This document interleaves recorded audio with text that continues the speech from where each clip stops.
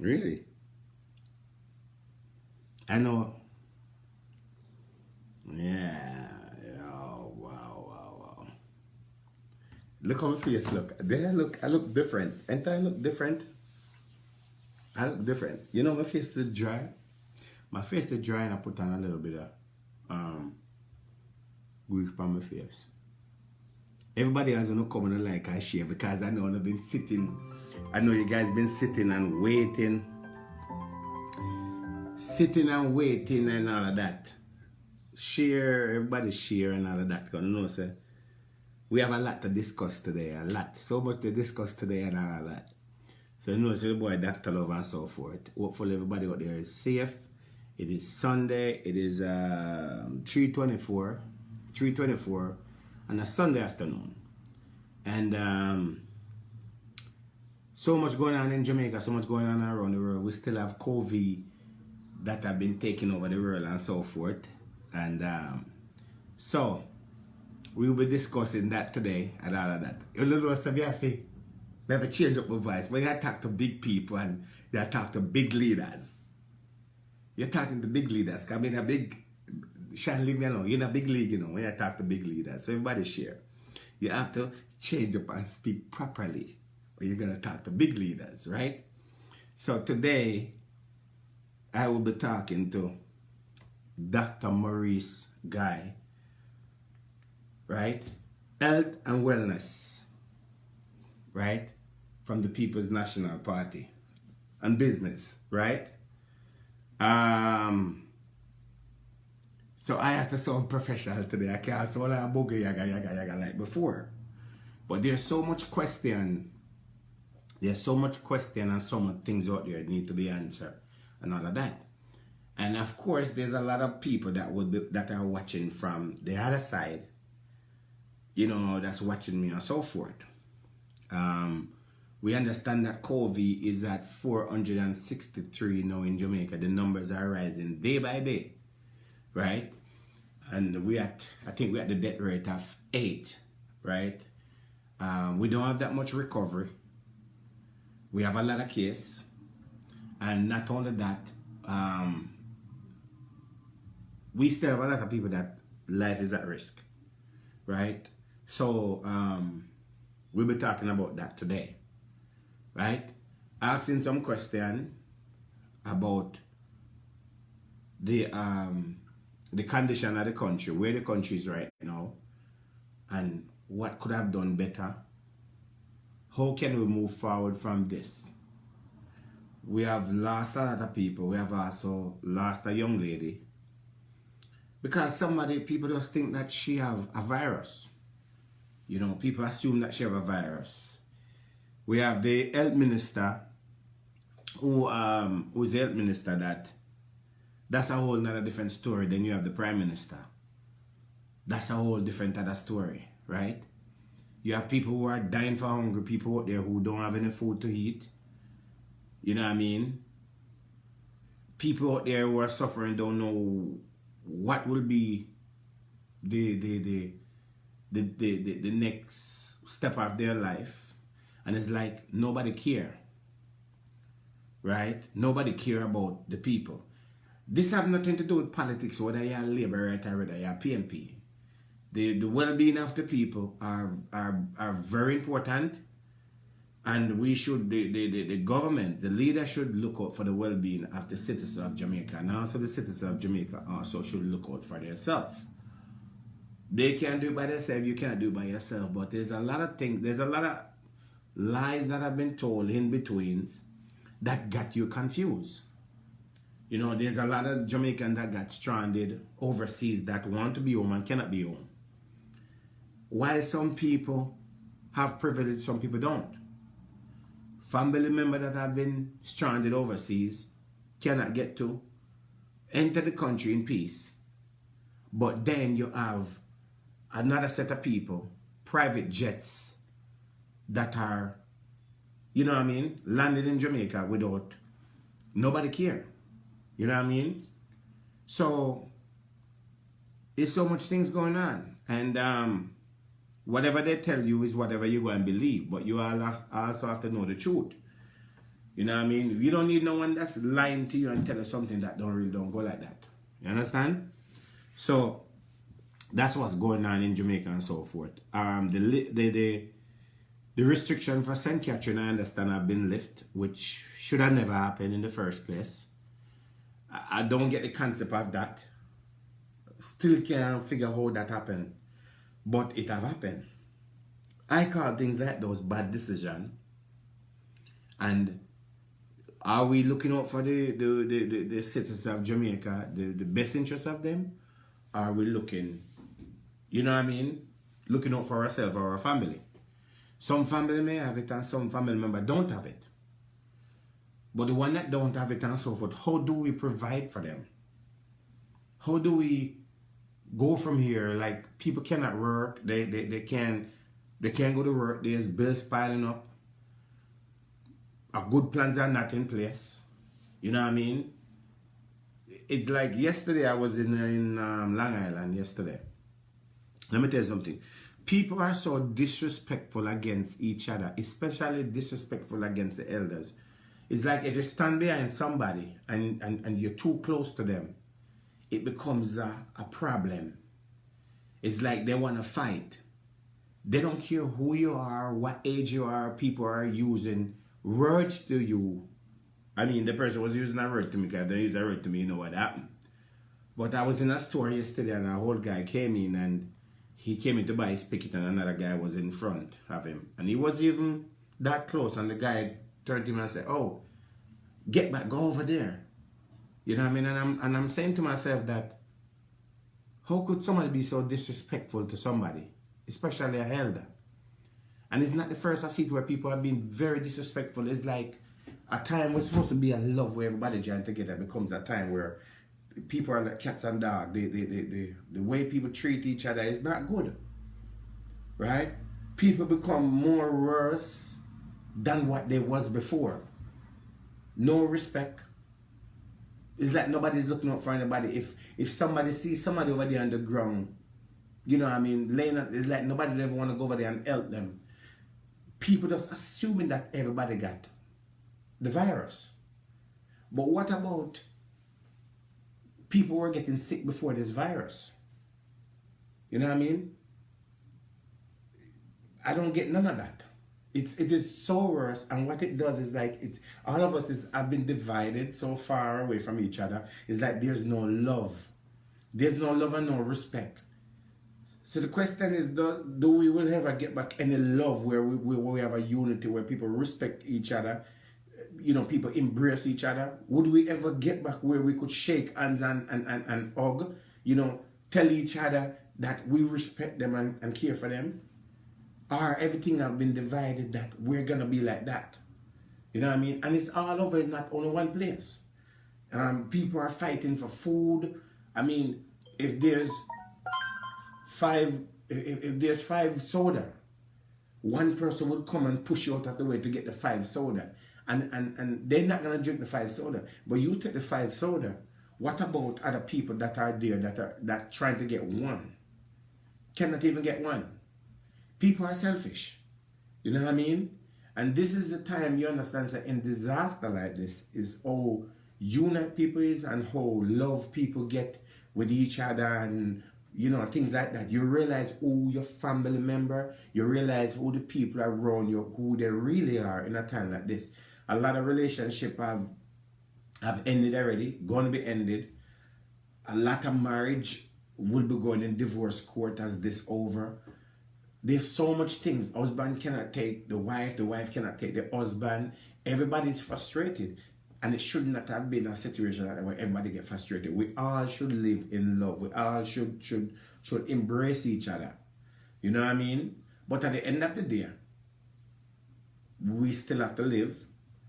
And like the Prime Minister make a statement that don't sit right with me and will never sit right with me. We all have to learn to live with COVID-19.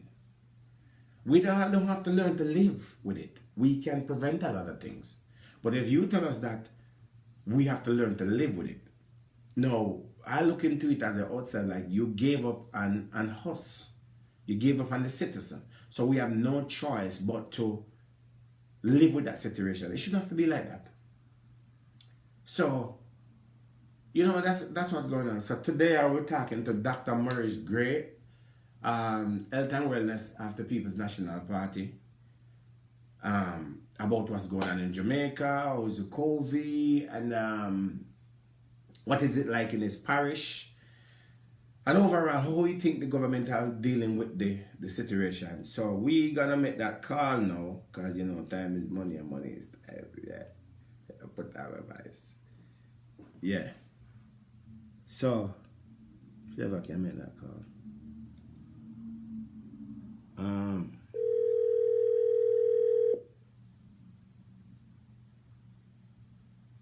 Yes, sir. Good afternoon, sir. How are you doing?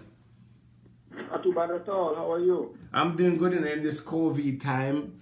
You know, we're staying inside and eating more. You know, we inside, we're getting fat and frustrated, but we have to deal with it. How about you? Well, when I look at your picture, I start getting fatter, man. Yeah, money, they say the money under the table and the food I eating. Yeah. But I mean, in this time, I think we all need to keep safe. That's the important thing, no? Yeah, that is the key. And some people are following the rules and some people are not following the rules, where some people are still on the outside, and it's like, some people don't think it is serious, right? Some people think it's a joke, and there's so much story all over the place that is this, is that, or whatever it is. So some people are taking it for a joke, right? But and that is true, you know. It's not only up there, but down here. People are taking it serious. They part of the challenge is that they don't really appreciate the potential gravity of this illness. right. You know, so people are just taking it lightly. Right. And I told people that I'm here I'm in New Jersey now, and I can tell you, all the years I live in New Jersey, I've never seen anything like this, where you have to lock up in your house, you go outside, and it's like people treat you bad, nobody want to talk to you, nobody want to walk beside you. It's like you have to go outside, and if you do get to go to the store and buy something, you have to buy and go back inside. You have to be wiping everything, washing everything. It is like, it's very scary out there, and if we are feeling it that much here in the US, where we have more resources, I said the people in Jamaica should really take it serious. And that is part of the challenge, because you see, I'm sure you would have seen some of the scenes, some short videos of even at the supermarkets and the banks that people have been lining up, and there's no practicing of social distancing. You know, even people wearing a mask or things like that, although they're supposed to. You know? Right. So it goes back to the real appreciation and the gravity of the illness. Right. I mean, I'll tell you, I saw a line the other day at a supermarket in my own community of Highgate. Right. And the man was there, his lady was there, and the little toddler, less than a year old, was in his arms. So I had to stop and say, but why is the baby here? Right. So, and nobody could leave the baby with him. I said, but you could leave you could stay at home with the baby and ask your spouse to come out and do the shopping. Right. The truth is that none of them had on any mask, and everybody was just back to belly in terms of the lining up. And trust me, the reality is that a couple of weeks later we will reap the whirlwind, if you know what I mean. Yeah. Which is correct, because I've seen a couple lines like that where the lines are long, people are fighting to get stuff, and some of the stuff that they're fighting for are not really needed, and there's no mask, there's no gloves, and also the supermarkets that these people are going to, is like they're not even taking it serious. Also, some of them are, some of them are not. And a lot of people are using word to say that, oh, well, we are in a climate that is very hot and we're not going to get the virus, which in the beginning, before we hear about the numbers, people were saying that, oh, nobody's going to get the virus, it's not coming to Jamaica. And when the first number came out, that's when people was like, wait a minute, what have happened here? Yeah, but part of the challenge we have with that numbers too, you know, and I know we're going to discuss it later on. Right. Is when the first case came in Jamaica, in I think it was February, and it was identified, the reality is that the numbers that we were seeing coming up in terms of testing was not sufficient. So Right. I said before, publicly, and I'm saying it again, that our people start to lulled into a sense of false security. Right. Just Correct. 1 or 2 people in the country have it. So it's not going to affect me. And knowing me and knowing how a Jamaican would say, like, well, I like to take a risk. Right. It's not going to affect me. I'm going to be lucky. You Right. know? And this is the mindset of many of our people, that it will happen to my neighbor, but not me. Right. And Correct. as a consequence of that, we just live on the edge, if you know what I mean. On the edge. Yeah, I understand. Because it's not happened to me. Right. You know? And part of that was as a result of the fact that the government was not testing people sufficiently. Right. We cried, we encouraged them, we said, you need to test more, because if you don't know how many people have it, you will not know, first of all, how to plan properly. Correct. You know, you have to have data that will inform how you plan. Now, there was the other matter where they were sticking to the rule that the only people that were being tested were people who presented symptoms. Right. And we said at that point in time that there is sufficient scientific evidence out there to tell us that even asymptomatic people who weren't showing any symptoms of cough, cold, anything like that, were capable of passing on the illness to other persons. Right. So you had people there who were just there, and they were inoculating other people just by walking and breathing out air. Right. Because the authorities, the ministry was not sufficiently impressed with the then thinking that you could have, as they call it, aerosolization. Right. That it could spread in air. We're only looking at droplet spread. So we say, okay, social distancing, 6 feet or 3 feet, 4 feet, and it's down to 6 feet. Right. But we had, and I would say, as the opposition, we were encouraging the minister to say, okay, you cannot only test those persons who are symptomatic. And even if your advisors tell you to do that, we disagree with them, because there was sufficient evidence coming out of a lot of countries in Europe, as well as the United States as well, Right. that you have persons who are capable of spreading it even without symptoms. So, Right. belatedly, the government started to change the protocol in terms of testing. We felt that you should have done a more aggressive testing in the first part of the pandemic. Correct. When it hit Jamaica. I mean, test and contain it. The first place that we had it was the case coming out of St. Thomas. St. Thomas, the yeah. border, right at Bulby. Right. And even though you quarantined the area, at the time you quarantined the area, all you were doing was looking for people who were presenting symptoms.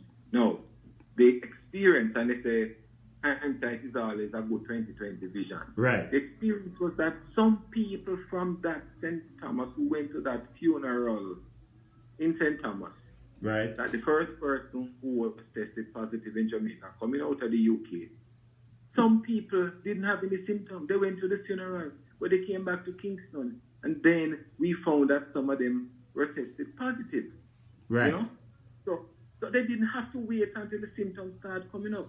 So part of what we wanted to happen was an initial aggressive testing, aggressive contact tracing to find out who they are. Because, you know, sometimes you have to ring fence a disease to try and prevent it from spreading to the wider population. Right. No. We know we would go to the phase of community spread, which is where we are now. And interestingly, you know, the government don't even want to mention the word community spread. Which is true. You know, we are there. We have community spread now. And the fact is, even if you take out the case, that cluster of the Alarica workers out of St. Catherine, Portmore, who comprised a significant amount of the 463 that we have up to yesterday's date Right. of persons positive. The fact is that there are more areas where there are people who are spreading it. Correct. I am in St. Mary, as you know. Right. Now, there was one case, then two, And all of a sudden, we've gone to 9 cases in St. Mary. And there's one particular cluster in one section of St. Mary where I don't think they're doing an aggressive containment. And very soon, you will stay in New Jersey and hear of the numbers ballooning, and St. Mary is one of those areas where you may find the numbers going up. Right. Now, we have a committee in the Parliament as an oversight committee where we get reports from the minister and his technocrats about what is happening and what they're doing. Right. And I'll tell you, from day one when we have had this discussion in the Parliament and even before that committee, we have said that your approach is wrong. Right. Whoever your advisors are, we would submit to you that they are wrong because you can't test sufficient enough. We were balling out. And I use the word deliberately, balling out. Right. Because we were balling out at first, even before WHO Director General started saying you must test. We were balling out for more testing. No, we couldn't understand what was the rationale for the government with a capacity initially of just about 96 tests, 106 test capacity per day. Right. That you were only using 40% of your capacity. Right. No, that makes no sense. Yeah, it doesn't. Any sense.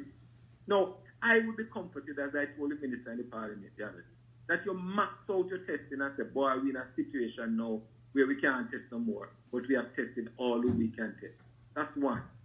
Now, happily, we are now in a capacity as a country to test now about 2,000 tests per day. Right. Right? Now, the experience since we have had that 2,000 test capacity is that we have not tested more than 461 persons. Right.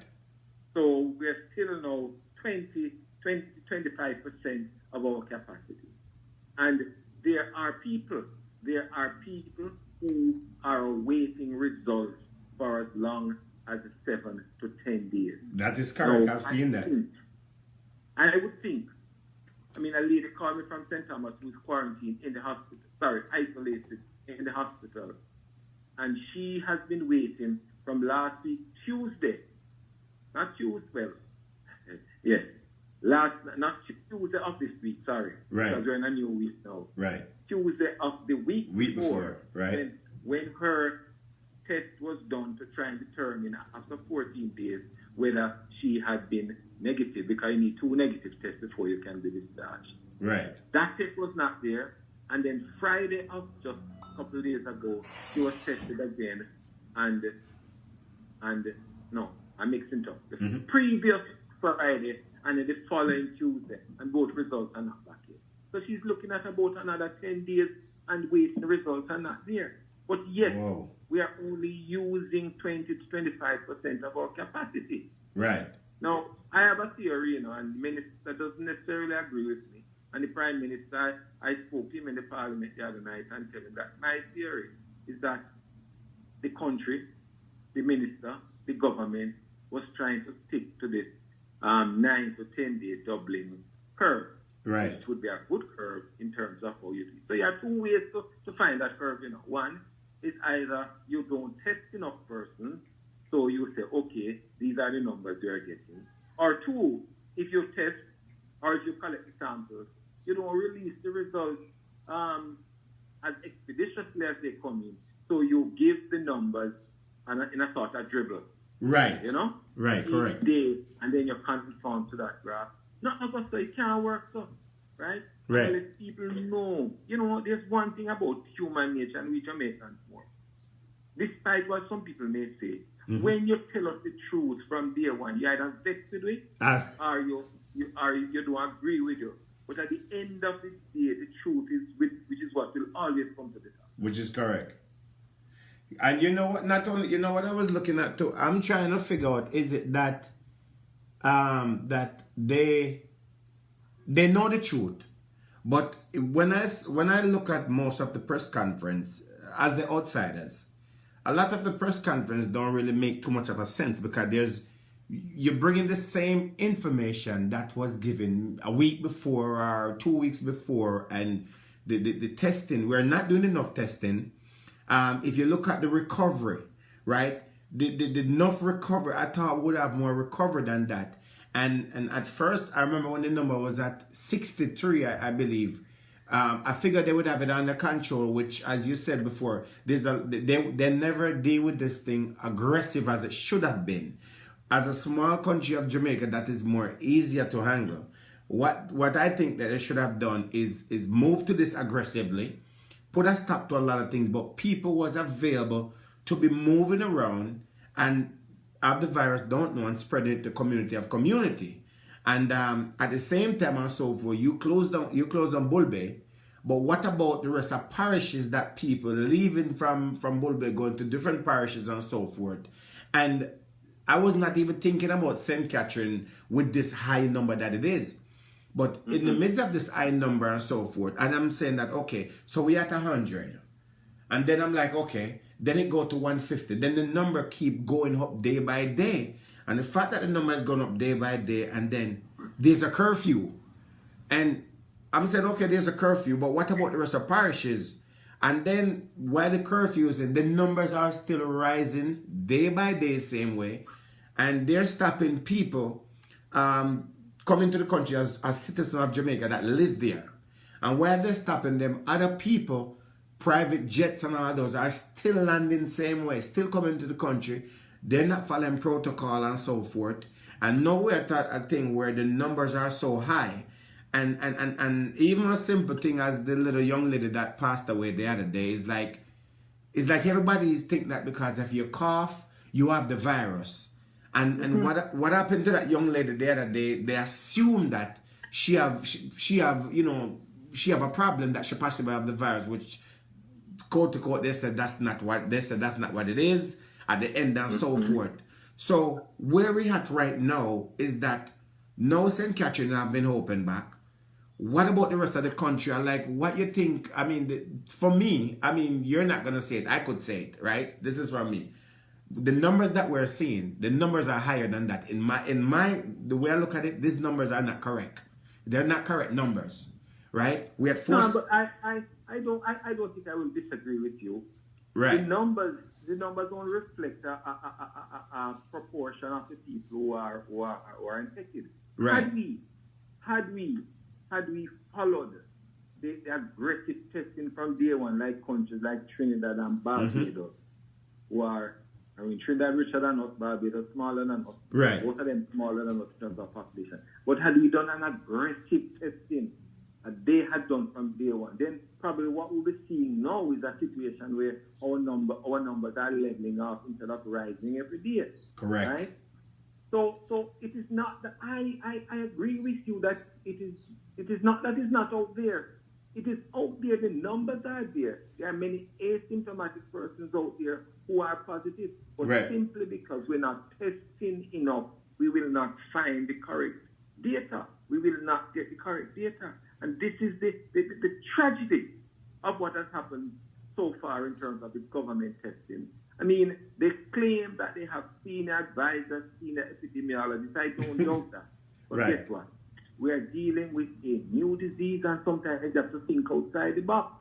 And if right. you don't have the data to support your intervention, there is no way you're going to be able to look at the problem properly, and you're just ambling along. I mean, like a chicken without a head.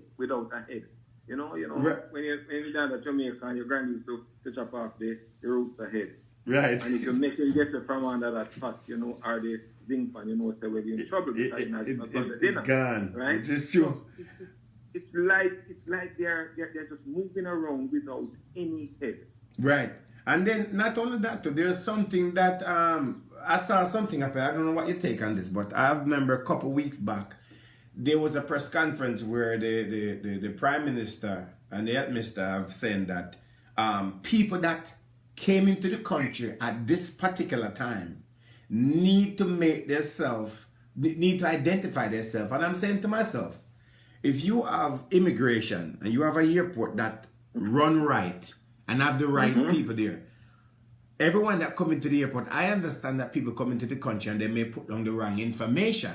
But your passport does not lie, and it must have your name on it and so on. So the immigration, if you're asking people to make this, to identify themselves as a government. When you have Ministry of Security, we have immigration, that means somebody is not doing their job, because you should have ever can identify at least 85% and 95% of those people where they are. If they did not leave the country, they are there. And if you cannot identify them, I think that the right thing that they should have done at that point is, okay, all right, everything come to a standstill. All the parishes, this is what's going to happen and so forth until this happen. And even when some of those people have identified themselves and have done the testing, they're still waiting weeks and weeks to get their results. So, well, you and I are on the same page with that. Right. I mean, I said, and in fact I said to the minister, you are telling me that every airline that comes into this country sends what you call an advanced passenger manifest to the receiving airport. Right. All right. To the Ministry of National Security, Immigration to the Ministry of National Security. Right. Everybody comes and they present a passport at immigration. Everybody fill out a landing card.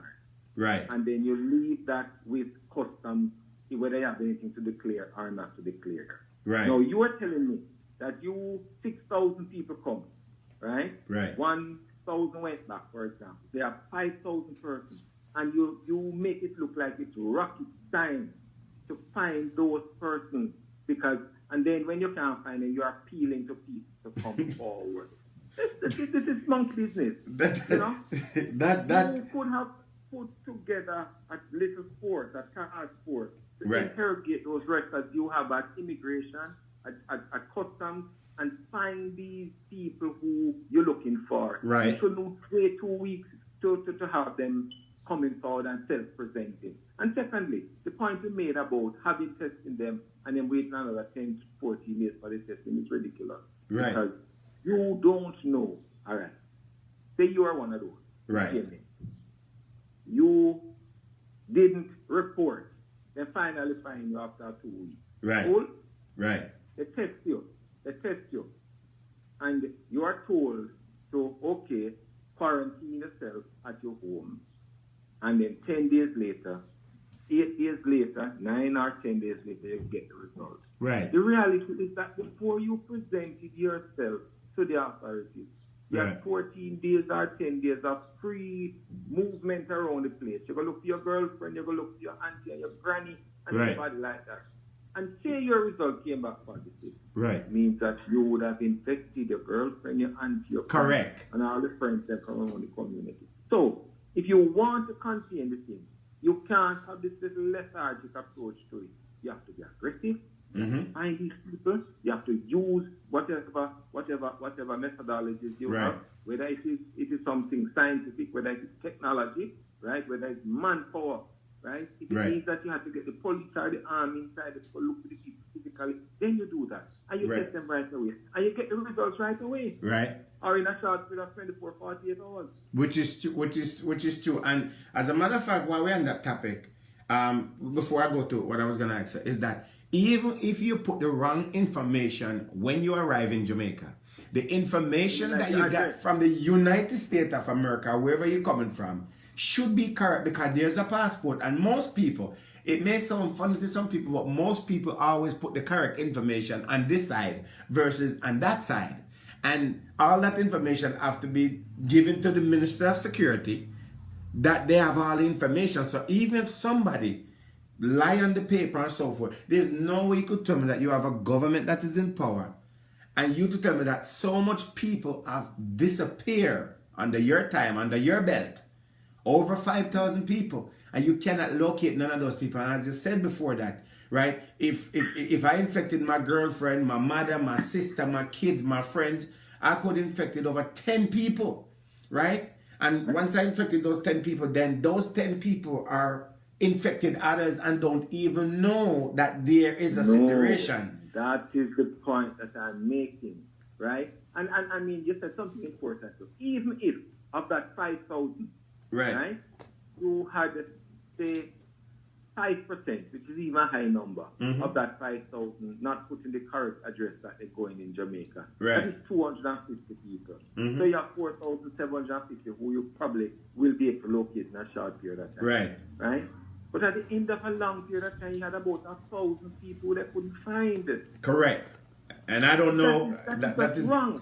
Yeah, that is very, for me, I look at it as poor government, bad decisions, and the thing is too, you have two parties, and when it comes to a situation like this, a dangerous situation, it doesn't make a difference which party are in power. All parties should come together to the drawing board and try to work together and see what can be done. But when you have one person that don't want to do that, don't want to listen to others because they feel like that person don't know what they're talking about. Because what really bothers me is that how is it that workers at the Ministry of Health end up have the virus, more than one of them, and you supposed to be protecting the country and protecting the people and giving the right information and doing testing?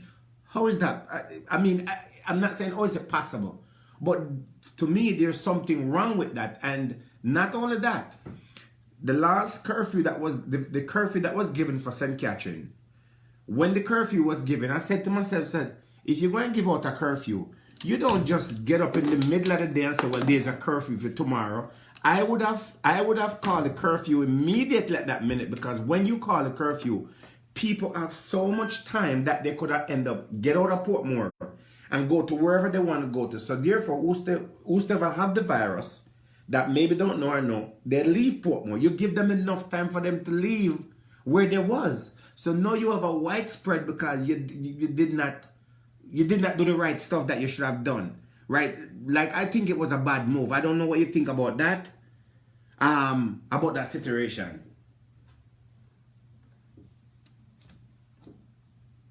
Let me see something. I think are you still there? Yeah, man. Oh, yeah. Sorry, I just lost. Okay, yeah, go ahead. Yeah. I don't know if you hear what I said the last time. Yeah, man, I heard what you said. You would have seen some of the video clips of people fleeing Portmore, right? Right. After the announcement. So you announce it at 6 o'clock. And Right. you say the curfew is going to take place at 9 o'clock. Right. Or 8 o'clock, whichever time. Now, within that 2 to 3 hour period, the amount of people who left Portmore probably was less than the amount who live in Portmore. Which is true.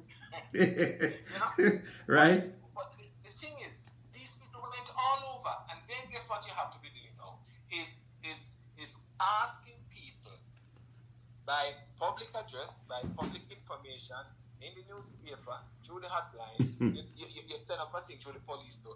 If any of you across the island have seen any strangers who come into the community, call this number or call the police. You know?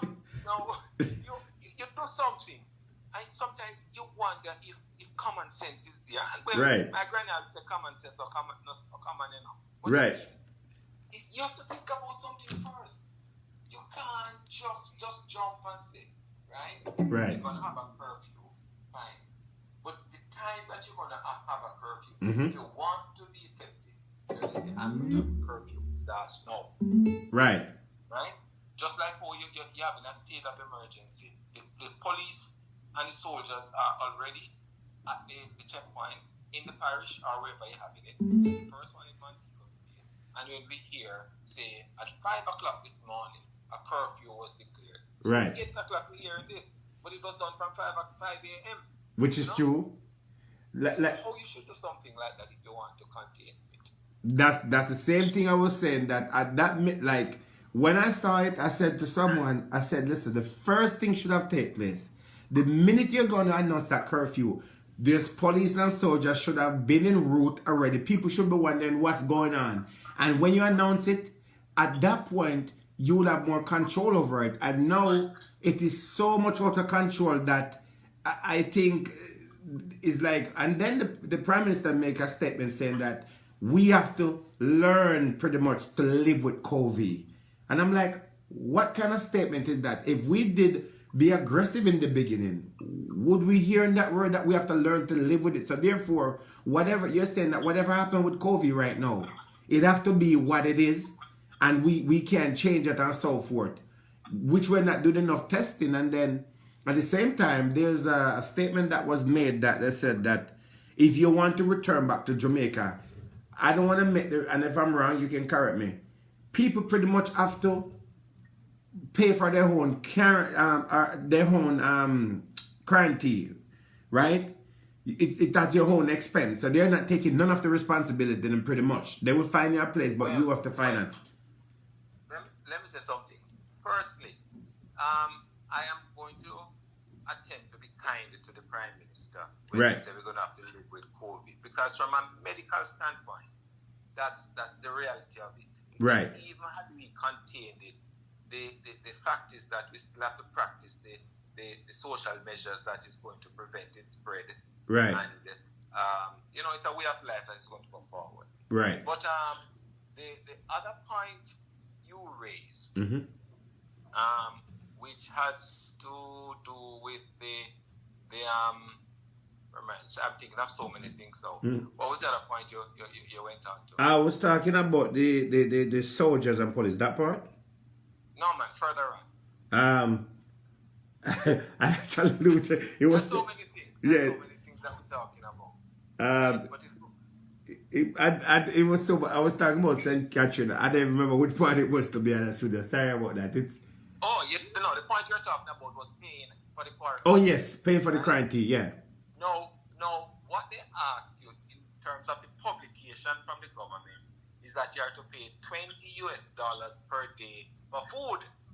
3 meals per day. Right. Or they says in fine print below it, or you could have your meals arranged privately if you Okay. want to pay the $20 per day. They're not Okay. charging you for the boarding then. It's just the food that they're charging you for. Right. You know? So, but when you think about it, you're going to be 14 days. You're going to be paying about $3,000 per day. Mhm. That's 14 times the dollar is about 149 now. Right. Right?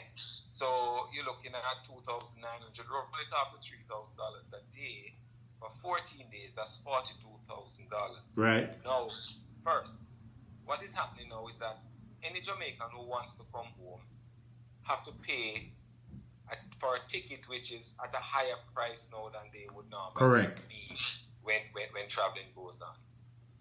Many of these Jamaicans who want to come home are people who have been up there working, not necessarily working any big job, Right. working low hourly paid job. Now you're gonna come home, you have to go into a government facility, Mm-hmm. and you're going to have for the 2 weeks you're going to fork out $42,000 for food. Right. Now, different people can look at it different ways. A man would say, boy, we'll talk about the $42,000 because maybe a yard. Right. I feel more comfortable being in Jamaica than where I was. Mm-hmm. But the reality is that some people might not have that money to pay. Correct. You know?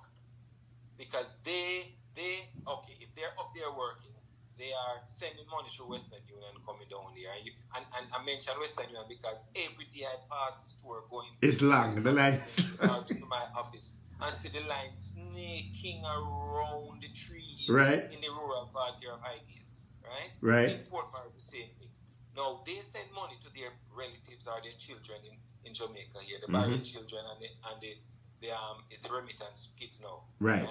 Now when they stop working up there and want to come home because the conditions of work not so hot up there, because the employer laying them off, because no activity business is going on, they have to scrimp Right. to find some money.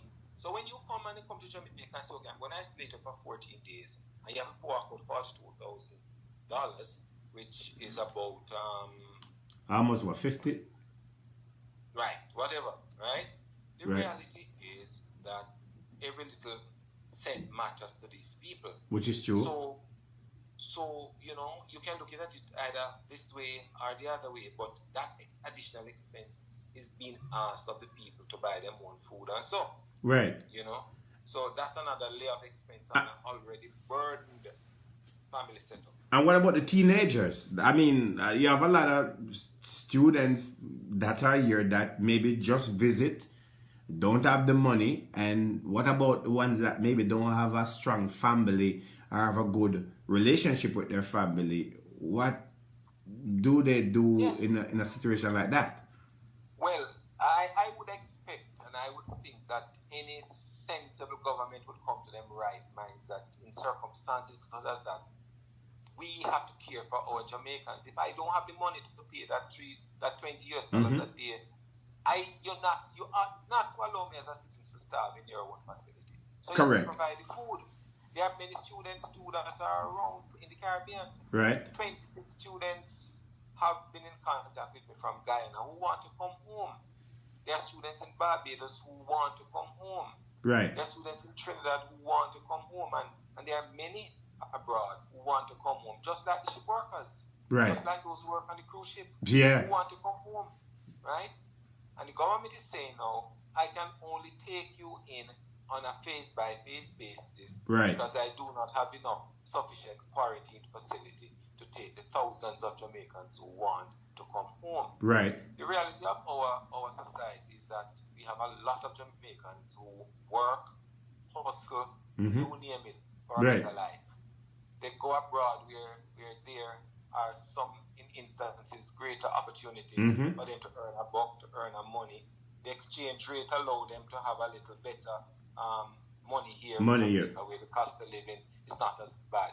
Right. And they will go up there, work 2 or 3 jobs just to make ends meet and to fix up them house back here and so. Right. So when all of that is down, it's not their way that they're working big jobs, they're working menial jobs, but they're hustling a lot. Hustling means doing 2 or 3 jobs. 2 or 3 jobs, yeah, possibly right? more. Right? So when you come and ask them to pay to come back, and then first and secondly, you can't have sufficient space to accommodate them. So you can say, okay, I can take 300 this week, and I can take 300 2 weeks later, and I can take 300 2 weeks later. When is it that our people are going to be able to come home? Government resources have to be spent to cater for our citizens. It is a fundamental right for us to be taken back to our country, and our country has the right to protect us. Right. And this government need to make a greater investment in providing the facilities for our people who are stranded out there. Yeah, so, and you know, while we're on that note, this one thing here that bothers me. I mean, a couple of weeks ago, the Prime Minister and the Security Minister and the Health Minister said that there was some deported that was that came into Jamaica, and this, I remember they said this. Everyone of those deported before they come into the country, the United States of America is not going to let them get on that flight unless they have been tested. Everyone that's coming, none of them will have the COVID. And we said, okay, you know, give and take. As soon as the deported came, about a week after that, we heard the health minister say one was tested for COVID. Well, I asked him that question Tuesday in the committee meeting in the parliament, which the committee meeting we have by Zoom meeting. Right. And I said, are we? And I will say exactly what I said. We placed reliance on the authorities in the United States telling us that all the prisoners would be tested, and if they are positive, they would not be sent to Jamaica. Right. In light of the fact that we have one person now who was tested positive, can we still place reliance on what we have been told by the authorities from the United States?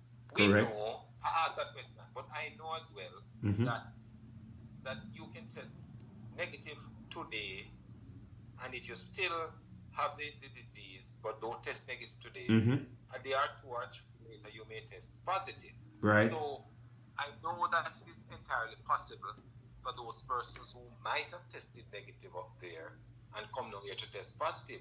But I wanted to be reassured. I wanted to be assured that the argument that was given us by the United States government that all of these would be tested before they were deported, that it was actually done. Right. No, that's why I asked the question, can we place reliance on that? No, the minister replied by saying, well, our protocol is that when they come into the country, we test them anyway, you know? So I said to him, but Minister, you have not answered the question. But you have tested them and you have found one who is positive. Right. But guess what? It was days after. I think you say a week, I'm not certain about it. Yeah, it was about days after, actually, yeah. Yes, but you see, the truth is that that result could have been had within 24 hours. So it comes back to the same thing about delaying of the testing. Right. And by then, we had the capacity to do more testing than we were doing at that point. Which is correct. And then what also that I don't really agree with is that the fact of the matter is that we have a cruise ship that was rejected. That's what I mean. It was rejected, and other Jamaicans, as we were talking before, that's stuck in different places that want to come home and cannot come home. How is it possible in a dangerous time like this that a flight with deportee was granted to come to the island with people, and you have other Jamaican that cannot come home? I'm kind of puzzled about that whole thing. How does that happen in the first place? You know, and I know that everybody wants a visa. Well, which is true. well, that's the point. I was. I know that's where you're going. The truth is that because the president made that order, right? Right. That countries who do not take their deportees at the point they run the risk of having some visa restrictions. Right. Right. Now, in Jamaica, whether it's rich man, poor man, beggar man, or thief, there are certain things that the Jamaican look for. Right. House, in car, good education for him children, right, and the visa. Right. You know? Which is correct, but there's other country that reject flight with deported coming in. And the thing is, I want to know when we're going to live in a country where the leaders that are in power stand with the people and said, okay, we have to stand for something. We're not going to be sitting and you force us to do something because we need a visa. We didn't have a visa before, which I understand that as a government official, it's good to have a visa, yes. But at the same time, you have to stand with the people because you're willing to secure your visa, but you're willing to risk the citizen of Jamaica that cannot help themselves. Right? That is what I don't understand. And as far as we are with this situation right now, what do you think? I mean, I know you're not God and so forth, but based on your experience, what do you think that's gonna happen? Are we where we're at right now? Because the thing that I see people are crying for food, people cannot work. It's so much of the problem, and it's like we will see a press conference every now and then it comes and they update stuff, but every time you have to look to see a news coming out that there's more numbers. And like our children in school, for example, as we talk about a vaccine and so forth, that they're saying that until we have a vaccine, everybody's saying that. I mean, what you think made, because in my thing that I've been telling people that people should do, and some people say I'm scaring them. I said, listen, I've not heard the government as yet make an announcement and said that, listen, I think that everyone should stock up on food, stock up your house on food as much as possible, because it's a possibility that we're going to have to move to another protocol, which they're saying that they don't want to move to a total lockdown. But we're in the United States, and the United States are big and Jamaica is small. I feel like we should have a lockdown. We should, as you said, they're not moving aggressive enough. But nobody have warning these people like, okay, get all the necessary stuff you need, because we're heading into something that is probably going to get out of control, or we don't know what's going to happen. Have you any take on that? First of all, I think when we should have done a complete lockdown is earlier on, and we laid down the road. But right. if history is to teach us something, before I go there, there's a slight difference between the United States and Jamaica in respect of food and so, because as you know, many of our people here, if you say, boy, stock up as much as possible, some people can only stock up for the next meal.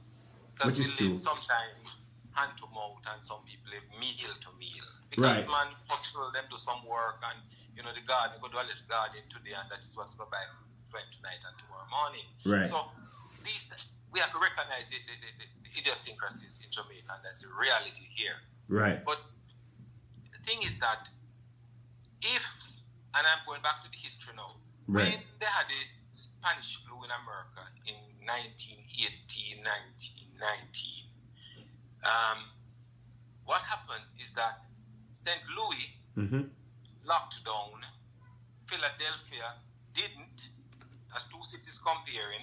Right. Philadelphia had a massive increase in the number of cases because they had one big street parade celebrating some event or other, and St. Louis locked it down. Right? But when St. Louis didn't have those numbers of cases and what they call flattening the curve, right? Right. After a while, when they opened up back the city, you start to see a spike again. Right. Albeit not as high as the one that Philadelphia had, because the hospitals are supposed to deal with it at that point in time. Right. So you are correct in suggesting that with the reopening we may have another spike in number of cases. So it's not untoward to even think that this may happen. How we do it though is critical. And unlike, and this is where the difference ends between the 1918-1919 Spanish flu and COVID-19, is that we now have the capacity to do the testing, and we now have the capacity to be able to say, okay, this is what we are going to do, the aggressive testing, so that we can have a clue, an idea as to where the most of the cases are, and then you can do your quarantine in those areas. Correct. If that is the case. So, makes sense. You just say, okay. Because right now, if you look at where the organization is with the government, I don't think they have a clue as to what to do next. And it's like it's on the up, I'm going to sit and wait it out. Correct, because not only that too, the ban for St. Catherine have been lifted. But we haven't heard nothing. It's like everything went dead. And when you look at Linstead, for example, you see the crowd of people, or they're like a sardine tin. And since Friday the ban I've been lifted. Everything is like just standstill. Like, what next? Where do we go from here? It's like, and then the only thing that we have to learn to deal with it. So I'm saying, how do we move forward from this, or what would be the next step? Because it seems like they're shuffling for words or things to do. Is like, it is so much problem every time, every day or every other day. There's a problem that comes about and so forth. And I do believe that if you and the health minister as two persons that know what's going on and so forth, should really sit down and talk and come up with a solution. You see, they have to understand that it have nothing to do with who's in power, none of that. It's about uniting together and bring this where everybody would be happy at the end of the day, and our economy. Only thing I'm hearing that, well, our economy is moving good, we cannot lose our economy and so forth. But at the end of the day, we're gonna lose a lot if we don't control this thing right now, and it's out of control. And I don't see that unity where if you said something and they said something, is like they're more to say, well, okay, we're not gonna do that and so forth. But you ever said that all words together, if we come together to make this happen, it can happen, because it is we at 463 right now, and in my head we at way more than that. I am predicting over 1,000 or more at this moment. So, have you any advice or anything that you would? All right, just a suggestion I'm going to say. Right. And it's born out of what is happening right now. Right. We have a committee that, first of all, we say that this COVID-19 fight is a whole country approach. Right. It's not just government. Right. It's everybody. Because COVID don't have no color. Right. Not green, not orange, not red. No color. right? So we have to fight this thing together as a country, as a people, right? That's one. Two, the national task force that we have set up out of the Ministry of Finance with all of these people who are involved in the private sector and public sector. There's not one person who is from the opposition party who is on that national task force. Wow. Right? We don't have that type of collaborative effect or effort, in the task force. Because, I mean, the whole thing of the committee, we just sit and we discuss that. But minister comes and his technocrats come, and whatever suggestion we make is not even taken on so readily. I must admit, though, that our intervention in terms of the testing have paid off, except that it was laid down the road, you know. But some of the things we have made recommendations about even using this Cuban drug that was found out, and the government says that they're not using it. We have asked about the hydroxychloroquine, right, which their president has indicated is what they want to use.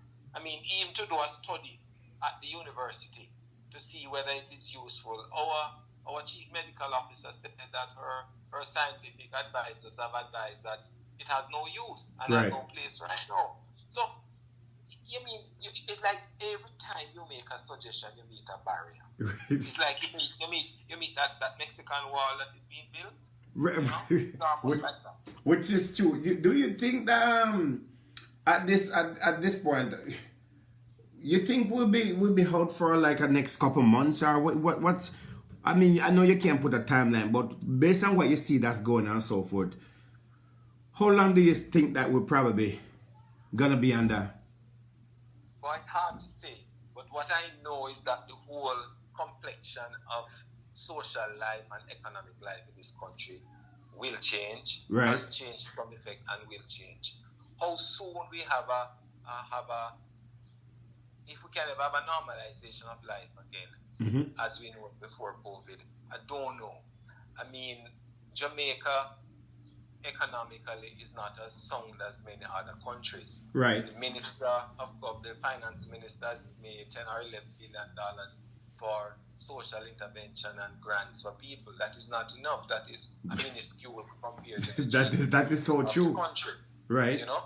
So all of these things considered, what is going to happen is that we're sitting right now on a powder keg. You know. Right. If we cannot respond to some of the concerns. And at the local level, in each constituencies, because there are so many people who are being affected, they have given us some funding, $2 million for each member of parliament to provide food and care packages, particularly for the elderly and so. But we are not doing that for the elderly. You have some of these young persons who have been working prior to COVID, who can't move now because the person who they normally work for is either not working or run the risk of losing their job. Banks are laying off people, right? Food establishment are laying off people. The latest one was a law firm laying off people. The reality is that they are the ones who would normally provide employment to some of these young people who are not so skilled. So we have a build-up of not wants but needs that is going to confront us very shortly, unfortunately. Yeah, because there's a lot of elderly people. Because there's a lot of elderly people that I do believe that maybe don't have anyone that live with. They maybe have gone on the street or whatever it is and so forth. And I don't know if if anyone is checking on them and so forth. And there's one thing that bothers me, because I know we time is upon us. I don't understand that a simple thing as masks and gloves. What I don't understand with a lot of leaders, you're enforcing a law about dust masks, and I'm saying to myself, how comes I've never really seen most of them with any form of dust mask or any form of gears, and all of them is in a room together. I'm trying to understand that and can never get to that point where there's no. I mean, I know you can't talk on a microphone and a mask, but Most of the time I see press conference and there's nobody in mask. There's no gloves. And we have that same problem over here in the United States with the president where I don't see any farmer. So it bothers people and people complaining about it. Well, it's more, in this particular instance, I think it's more the mask which is critical. More the mask which is critical. And yes, you can speak through a mask into a microphone because in the parliament we have been doing that. Right. We have been speaking, wearing masks and speaking through the microphone. And the voice can carry quite well. The reality though is that sometimes we have to recognize that we have to set an example and lead by example. Because if we are telling our people to wear masks, it is mandatory to wear masks while you're in public. And as leaders in the society, if we don't do that, then we are just being lip service to what we tell our people to do. Well, that's true, and I glad that you cover a lot of things today. One last thing, and that's it. There's one thing. What about the people that are incarcerated? I've not really hear anything about people that, because you have warders that's going out and coming in, and I don't hear anything about the people that are incarcerated. Well, the government claims that they have put some provisions in place for social distancing, and especially those people who come in and out. Mm-hmm. They have also been creating special areas in the prison for persons who may contract the disease and would need isolation and quarantine in their respective facilities. But knowing how these prisons are overcrowded, right? I think the best containment effort would be as best as possible to try and prevent persons who are positive getting there. They have stopped visits going to the prisons, and I think what they should be doing as well is to test the warders as often as possible. One of the recommendations we make is that all frontline hospital workers, and we could extend it to the warders who interface with those in incarcerated areas, be tested every 2 weeks, right? Whether you have symptom or not, whether you're a COVID patient or not, right? Because at the end of the day, you run the risk of carrying it elsewhere. And guess what? If you have a significant number of your health staff who is down because of the COVID, it's going to contribute to a greater challenge to the existing burdensome or burdened health sector that we have, right? Because in the States, it said that 20% of the health workers have come down with COVID. COVID, correct. Right? So if you can prevent that, we already have a shortage of nurses here. And if you can reduce the likelihood of some of our nurses getting it, then we'll have more to be able to serve the people who come in who need genuine care. Well, you have answered so much of the question. I've made a suggestion a couple of weeks ago on a video I've done. I said that I wish the leader would make every parish councillor that in charge of a parish or like community, they should have made something where give them the permissions, sign an order that to protect their neighborhood, as be careful of who coming in and who going out. And where if you have a parish council, for example, that controlling, say for example, a 5-block range, and in every parish, I think that will kind of help a lot too, because the people know you, the people familiar, some of them will listen, some of them may not listen and so forth. And one thing I must say, this COVID have changed crime a lot. There's still crime going on, but it have changed crime so much that we don't hear that big boom as it was as last year. And I was like to myself, it's sad that COVID is here, but I hope that it remain on a low rate as it is right now. And keep the crime under control. And keep it under control. And I do think that this is an opportunity, in spite of what's going on, that they should use and try to use whatever measure they have to try and control things, that we don't have a crime spiking as soon as this COVID starts to disappear. This is a time that there's measures that can be put into place to kind of help a lot with crime, because that's one of the biggest in our country. Yes. Right? And I want to thank you so much for your time. I've taken the time out of talking to me, and there's so much comment right now. People are saying so much things. Some you know, I see this word line coming right up, and we're not gonna get into that. I'll point no finger at anyone, but there's a lot of lie, yes, that's coming from different places. That's, you know what I mean? But you have covered everything. People have applauded you on all everything that you have said, that you have covered all the points and that need to be covered and so forth. And I'm gonna be honest with you. I do, not because I'm talking to you. I did a lot of research on you. I do wish you was the one that was taking care of stuff right now, because I do believe that would have a better way of dealing with things. The way you reason about stuff and the way you look at stuff, I could understand, see that you're not doing it because you want to say it. You have a passion for your people and you want to see better and this thing going down. And you know what I mean?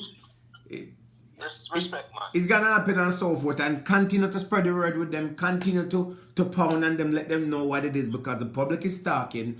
And I do believe that you all can work together and so forth, and you're doing a good job in your community. Make sure you keep yourself safe, your family safe, wear all the proper gears and so forth. And you know what I mean? We spread the word, and we will continue to support you through your time.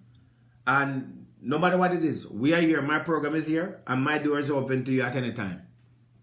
Thank you very much, man. Respect. And thank you very much, and enjoy the rest of your day and stay safe. We're gonna make this. I found the chicken, you know, but it never runs. Oh yeah, because I know I'm gonna hear something about this later on, that somebody said this or somebody said that, but it doesn't make a difference. The point is, we are looking out for the best interest of the people, and especially the school system. I don't know what's gonna happen in the school system, what is gonna be like for kids, and suicidal rate. Everything is on the rise, and we have to just work together and come together as every Jamaican have made this possible and take care of each other and so forth. Bless. Thank you so much and have a good day. Yeah, man. Thank you. Yeah.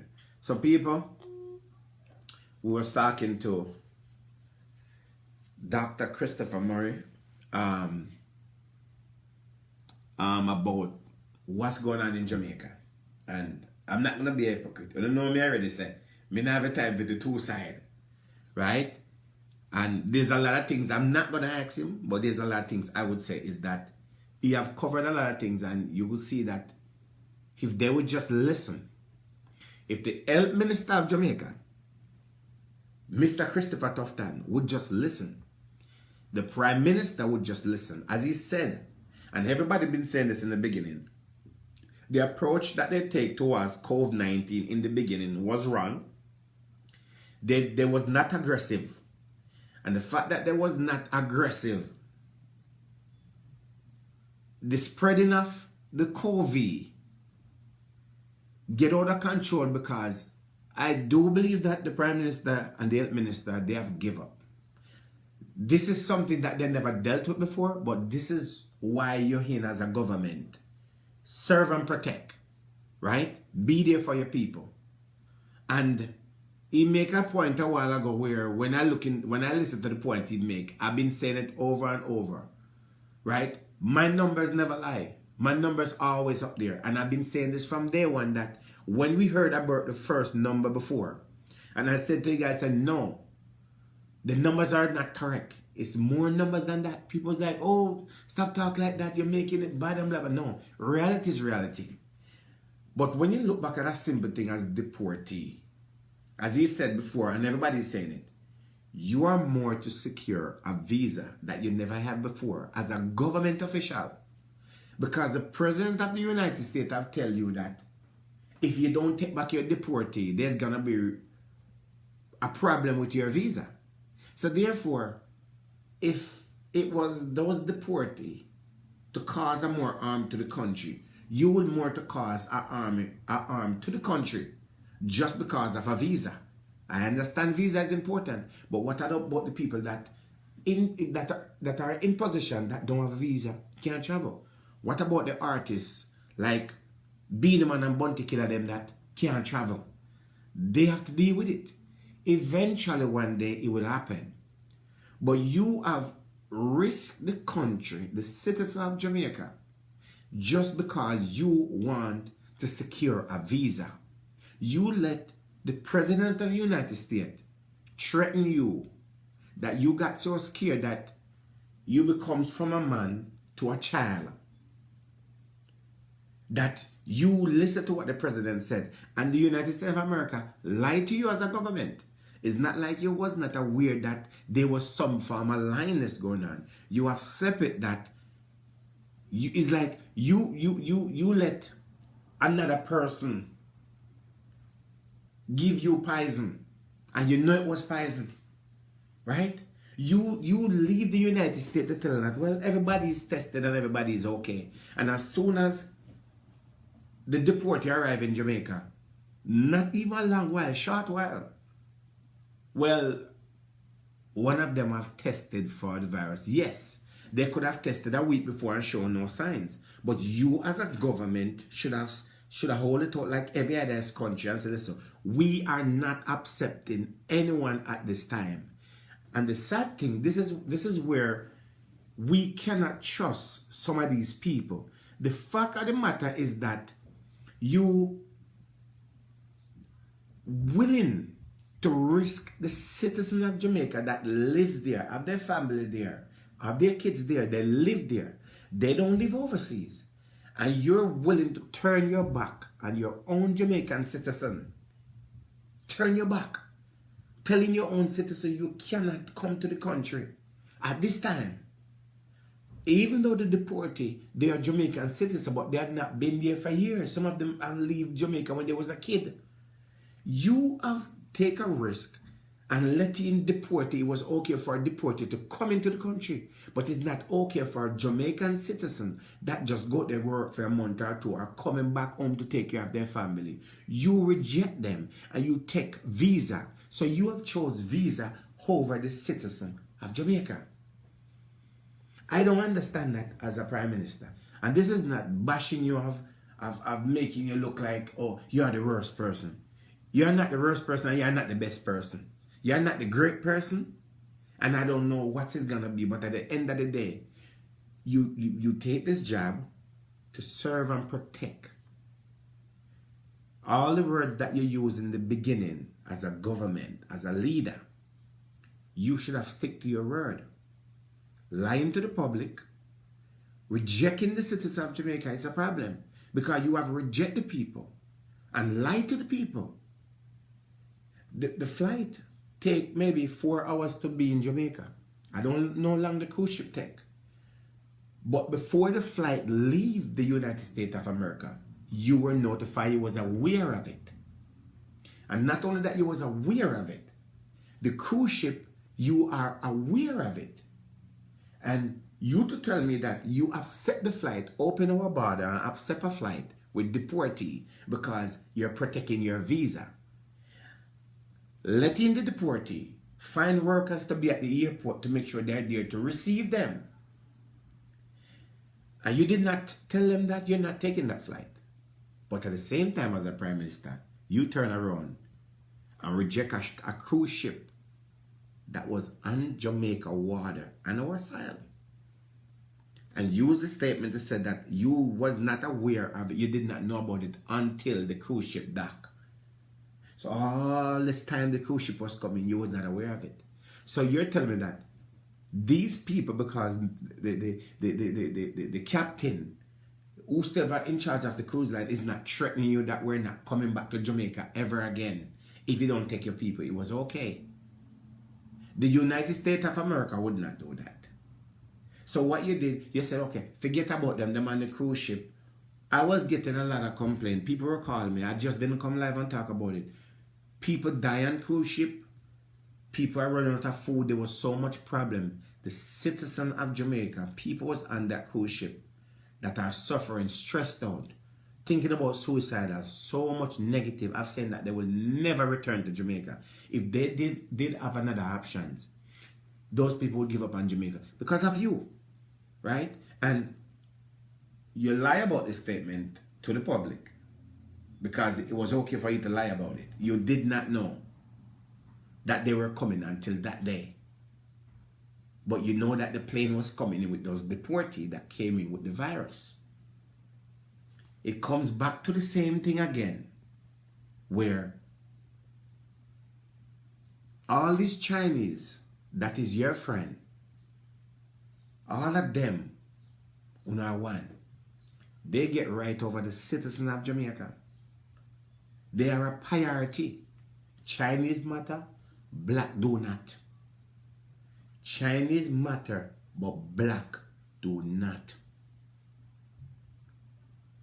And you to tell me that none of these Chinese officials that came into the country, whether you are big or small, none of them have come to the front line, have pointed out that, okay, they have the virus. You protect these Chinese. You protect them. You protect your money. You protect your visa. You protect all of that. Because it is necessary for you to have a visa if you get sick.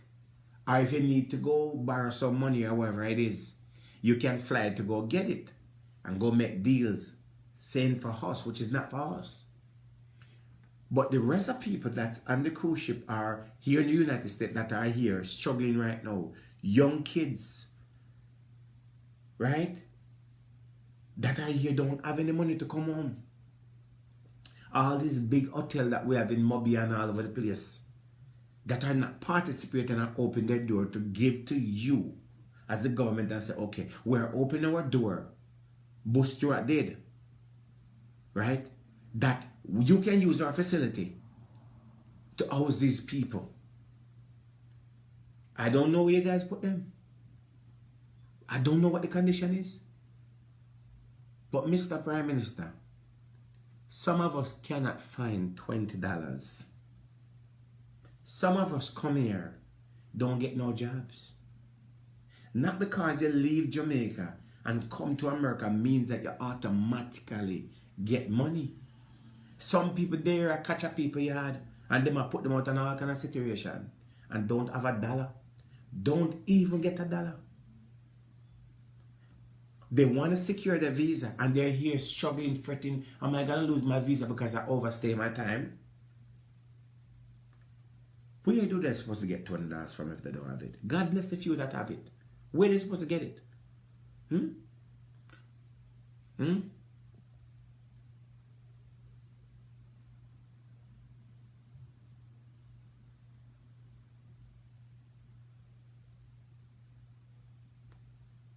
Somebody come on here. I'm not even going to pay them attention. Everybody that see that person that come on and talking, deal with them for me. I don't have to deal with them, right? Some people cannot find $1, Mr. Prime Minister. You buy a ticket, come from Jamaica and come up here that you probably borrow the money or whatever it is and the ticket is $300.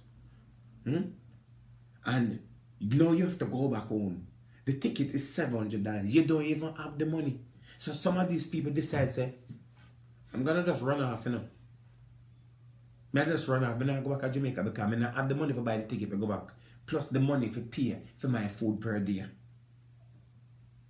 When you have so much supermarket, so much business people, so much millionaire in Jamaica, that look at Bloomberg in New York. Have donate money. None of you government, official have something to give back to the country of all you have gained. Uno are so cheap that Uno cannot even take a couple $1 million and hire people to come cook food to feed these people. Uno can't even provide food for them. A simple thing as food. Uno can't provide a meal per day. As a government official, as a country that we said that economy is booming. To me, it sounds very stupid and very hurtful that you cannot provide food. If you cannot buy a plane ticket, we understand that. We're not asking you to. But this to me, it is worthless. It is an embarrassment. And I'm not going to hide my mouth around and talk. It is embarrassment, it is foolish, it is stupid. That to show you that all the people that we give position and let in our country to come and invest, they're investing and taking out. And none of them can say, okay, this, simple as that. What happened to all the money people been paying taxes for years? Where the money go? Food.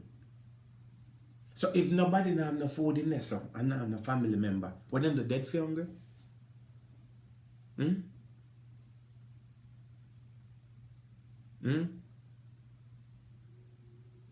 Like seriously?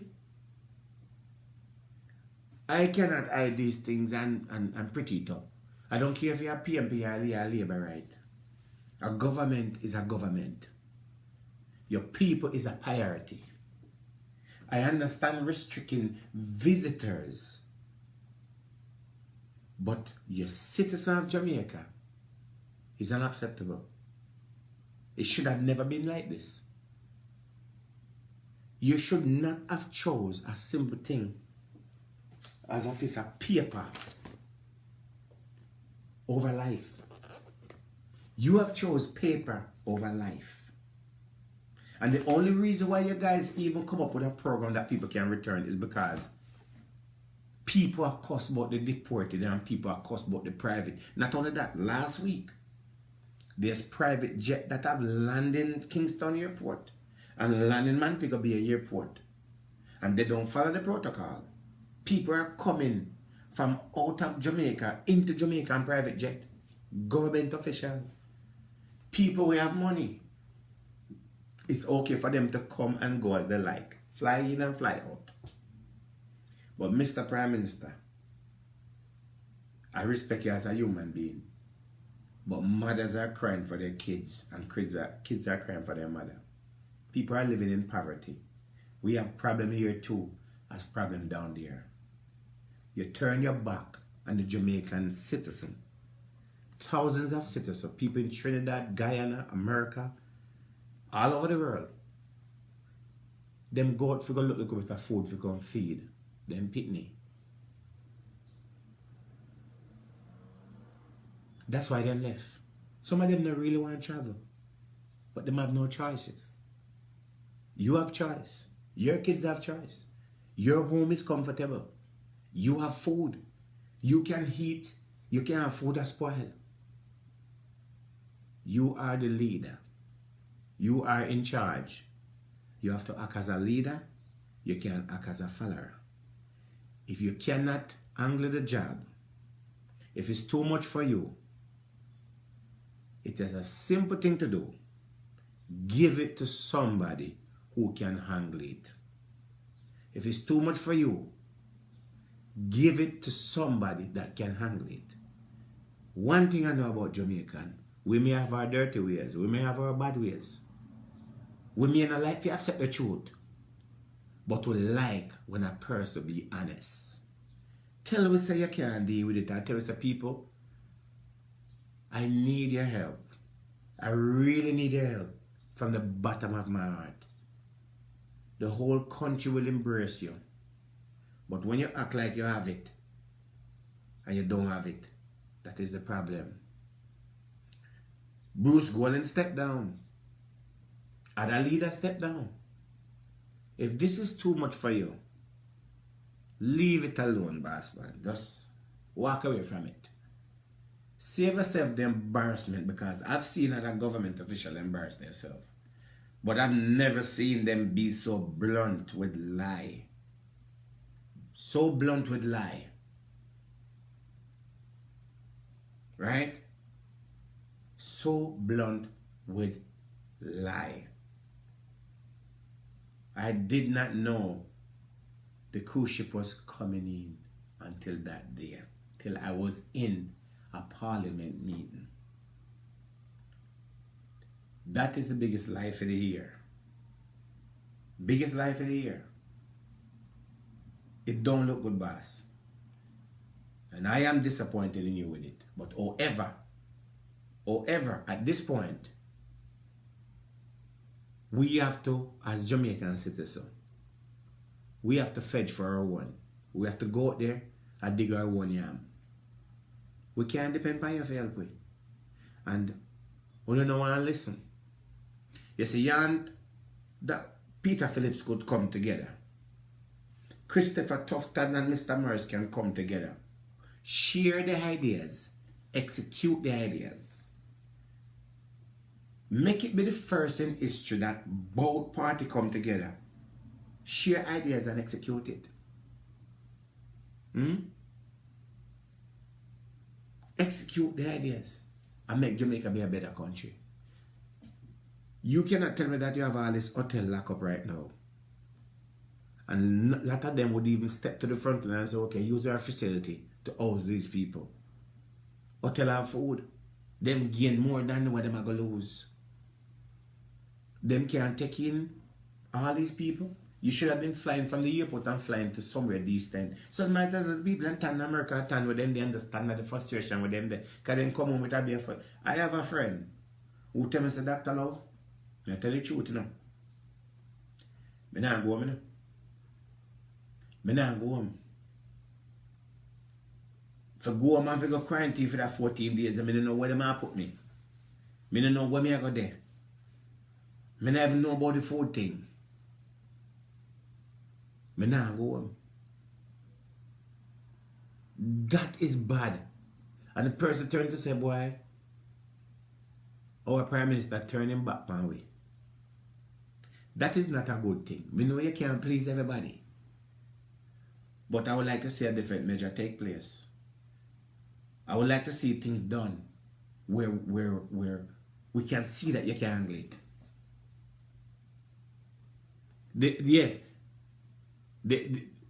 Let's go to that. Let's go to that. Let's correct a statement here.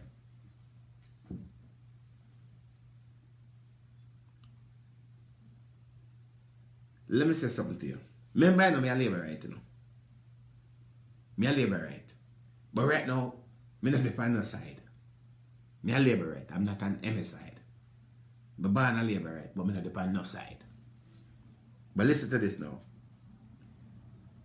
You have a country with a pandemic, correct me if it's wrong, that are getting out of control.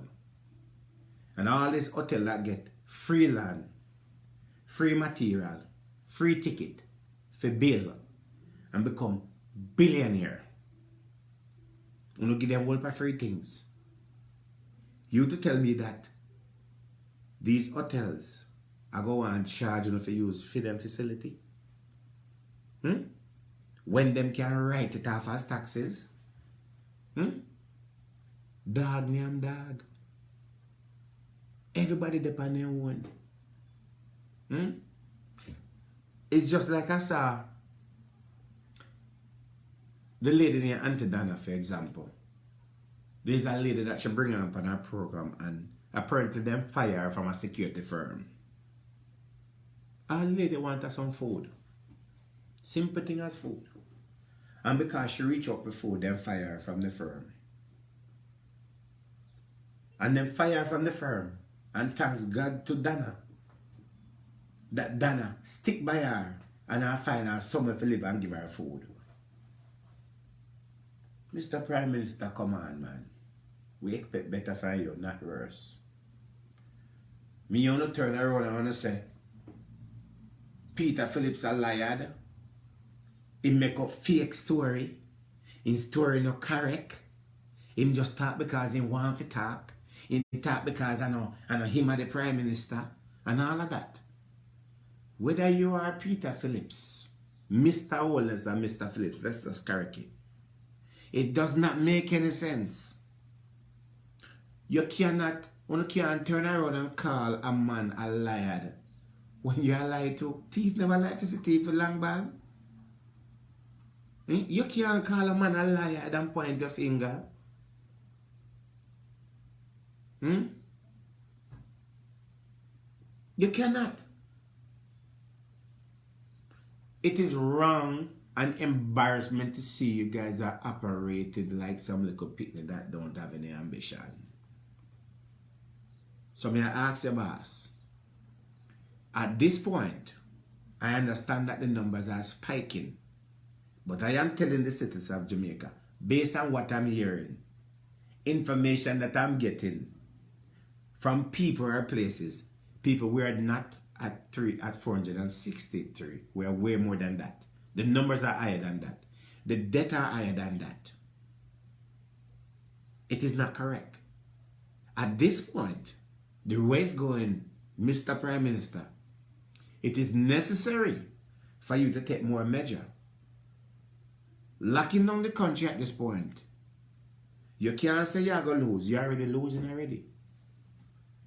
But the measures that you're taking are baby step that in the beginning should have done, but now we're in the middle. You need to take a more drastic measure. The opening of St. Catherine was bad.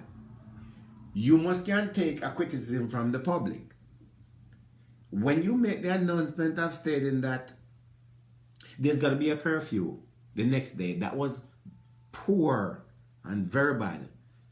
To tell for example, let's use a word as an example. The gunman, a man who walk and kill, say, finish kill tonight, but you can't kill tomorrow. How about stop kill right now? You should have soldiers and police of all those borders to make sure, say, where you do a Portmore? Well, for you there, Portmore, you have to turn over there, no? Stay over there. Here's the problem that you have caused on the country now. You have made an announcement for curfew for the next day, which the people that leave Portmore, St. Catherine, that night, who have the virus, leave with the virus. One man gone to Mobia, one gone to Rockfort, one gone to Ochi, one gone here. So now the virus come out and go to different community. Mr. Holness, what if tomorrow morning you say Ochi has spike up to 500 when a one person cause a problem to other people? That was not a good thing. You have under pressure, boss man, I understand that. But you still have to act as the leader. You have left the ban Friday.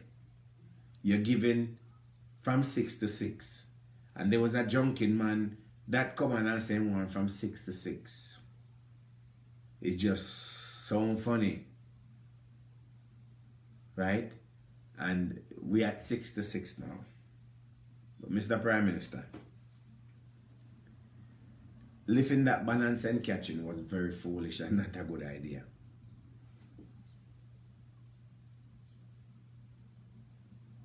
So much case will it have an effect on Jamaica? Well, him calling out the number, and guys, if you want to call me, my number is available that you can call. The number is 973-342-2487. Can somebody post a number for me? 973-342. If you want to call, and voice your concern as Jamaican, you can. 342-2487. Yeah, there's the number. If you want to call, you can call. WhatsApp or whatever. But listen to me, people. Listen to Mr. Prime Minister. No disrespect. I respect you as a person because you're a human being. You're a human being like everybody else. And we all make mistakes.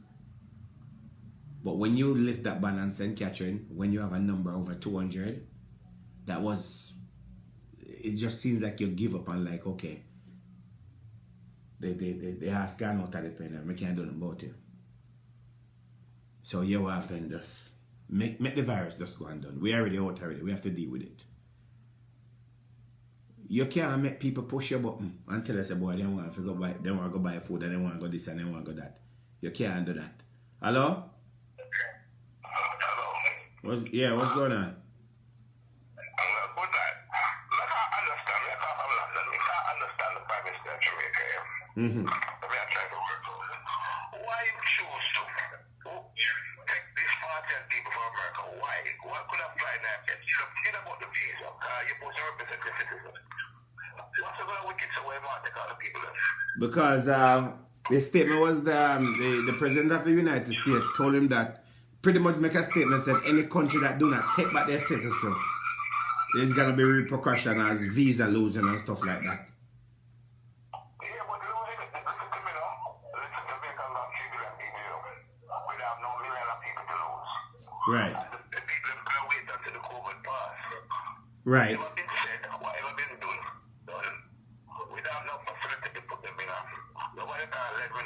keep nobody.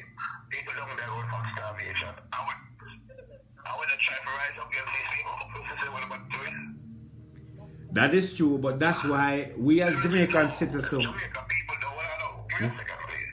It's so angry me, and I think no other country in the world have ever put that as a citizen. You know, see that China, the people ever beat the African, the Nigeria, the exporter of country. Do you see that? I saw that, and that's crazy. All long we can stand aside. Live right, baby. We are just a small nation of people. Some of us run around grand cars. They don't look like, but some of us do get it, some of us don't. Right. What are you going to do? What next to that to it? That How long we are going to this retreat where we're going to make these people come and make a bag of money and say, we know we have a debt that debt is going on. So I'm like, look at this. This is a university. Sure, there are people dead at the start of the year. And the government locked down the country. You ain't going to look for it one and we kill the children people. But you still, I said something with the killers of people here, don't they? Yeah, but you know what happened, my brethren? You know what the problem that I have? You see, it take we Jamaican, all of us overseas and there. It is time that we as Jamaicans stand for something and decide to listen. We know say you're in power, but we have to voice our opinion. You see, when it comes to demonstration and people talking, a lot of people will say, okay, this is what want to happen, but a lot of us are not really making the step and say, listen, we are boycott traveling to Jamaica right now. We are gonna do this unless the government recognize that we are here. A lot of people are not doing that.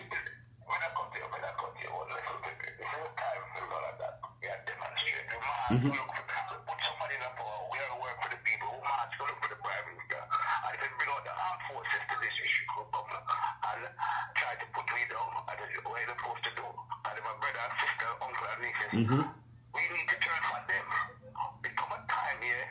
You have a civil unrest. If you keep on working like this, we go have a civil unrest. And the civil unrest will be so bad.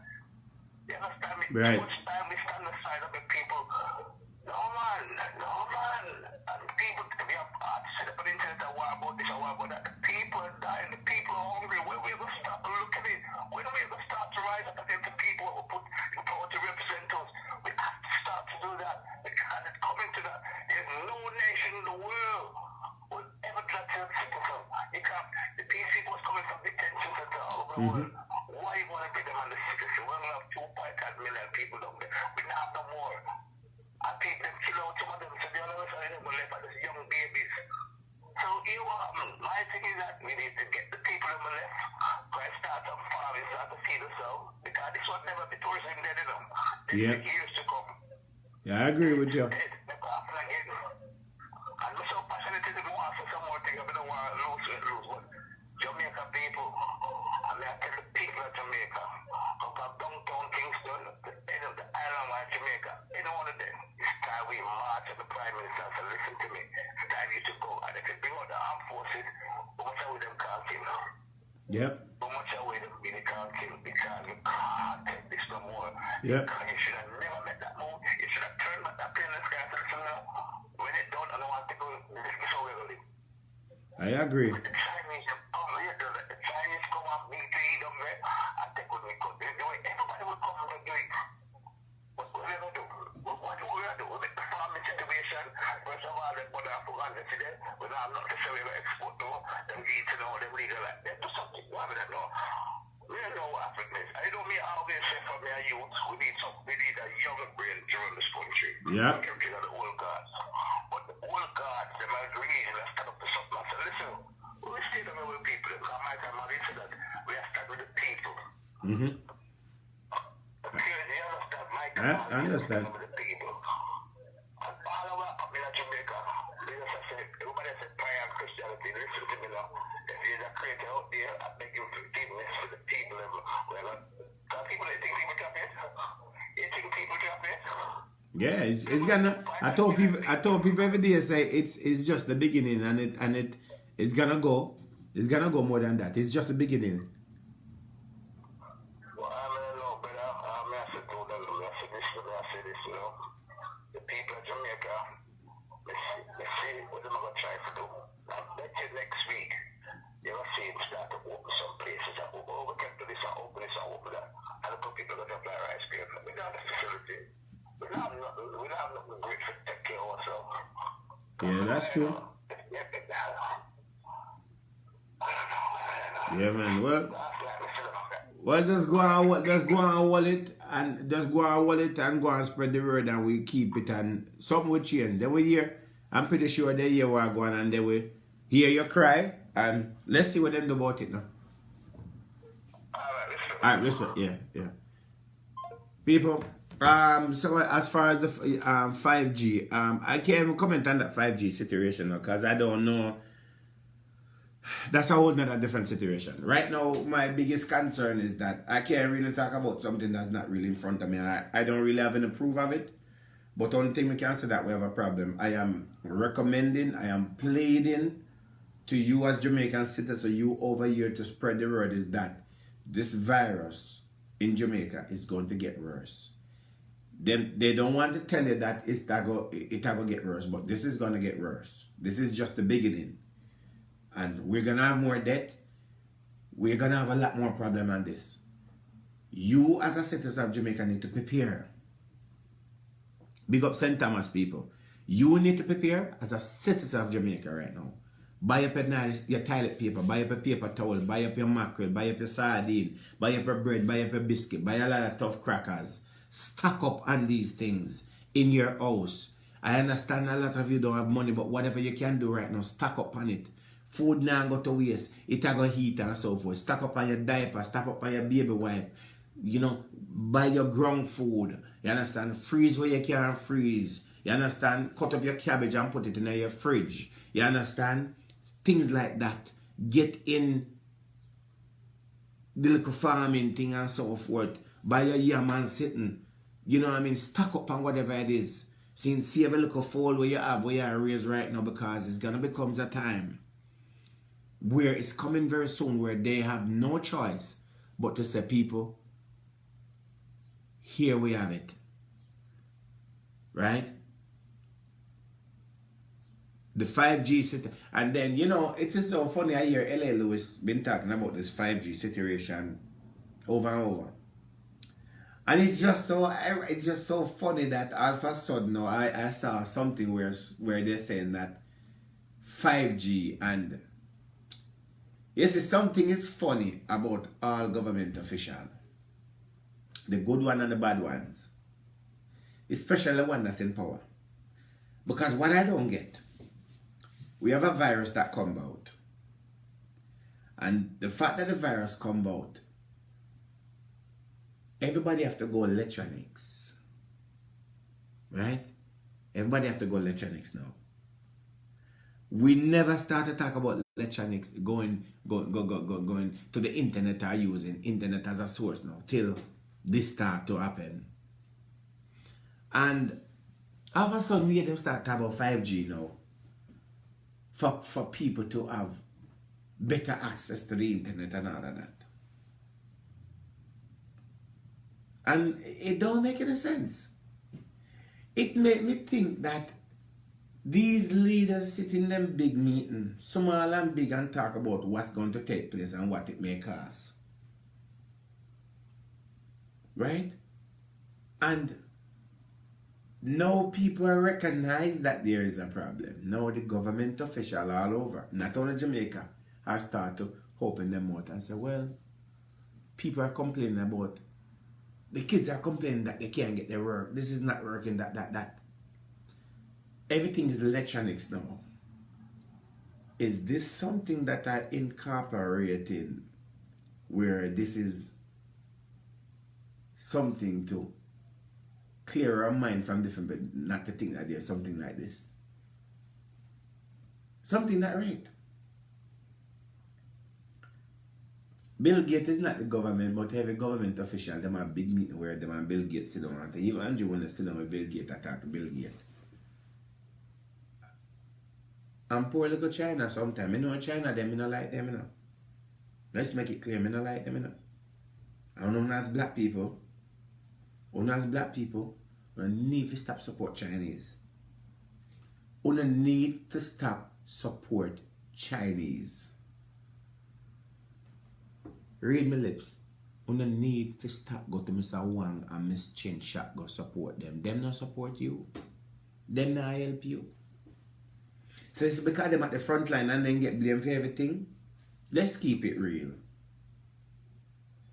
The Prime Minister, let's not say the Prime Minister. The government of Jamaica give the China rights to come and invest in our country. Give them land and give them house and give them building. Supply with all they need in our country. To invest in our country. Claiming that is going to be a better for Jamaica. Better for who? But you will not give a regular black man will live in Jamaica or left out of Jamaica and come to America, go to England and say, I want to work my car dealership. You give him all kind of problem when you can't work my car dealership. You give the Chinese every right and everything we need, all the tools to make his life better. And a regular little yard man decides he want to come out down and work one little welding plant. Him go through too much problem. A little man come and say, yo, I want to work one supermarket in a half a tree now. You no give him problem. Him is a black man. Enough to do that. But Mr. Wang and Miss Chin can open one store in a half a tree. It is okay. We will give Mr. Wang some black and some steel and give him a building. Fix it, Mr. Wang, because you're investing in our economy. So what about me? Me now have a little bit of money too. Me have a little bit of money too.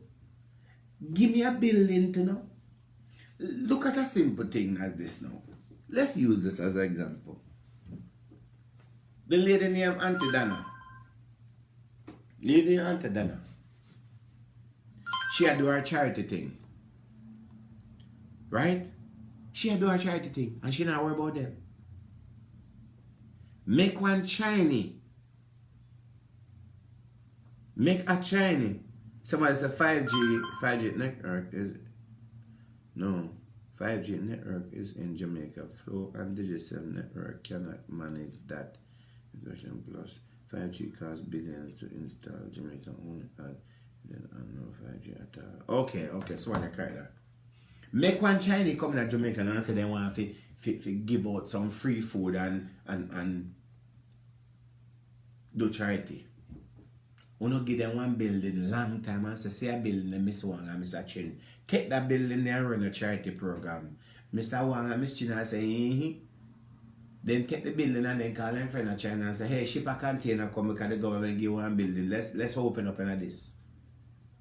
But you now go get up and go take up a building and give it to the lady named Auntie Dana and say, Auntie Dana, you are a hero of Jamaica. You have done so much for Jamaican people. We watch you, we see the passion. We have one building over there, so a 5-room. Take it and see if you can put a little office in it. We will give you all the necessary tool that you need. Just run the thing and help us build a better Jamaica. We don't want to do that. Mr. Wang get it, and Miss Chen get it. A white man come in and get it. A white woman come in and get it. But a black woman not get it. They not get it. A black man and black not getting it. We need a lot of things as black people to survive in our own country. But somebody that's not from there, that don't ban you, don't need nothing. There's so much illegal people in Jamaica that come there that don't live there. And it's okay for them to live and mix among us. But we are always recognized and we are always been seen by our own black brother. And then we turn around and talk about slavery. Our own black brother is a slavery to us. Come on, people. Come on, leaders. How long we going to cry for? We don't want nothing. You see, people don't like Donald Trump. I understand that. But I hear Trump make some good point. And I'm a supporter of Trump. And sometimes in chat some fart.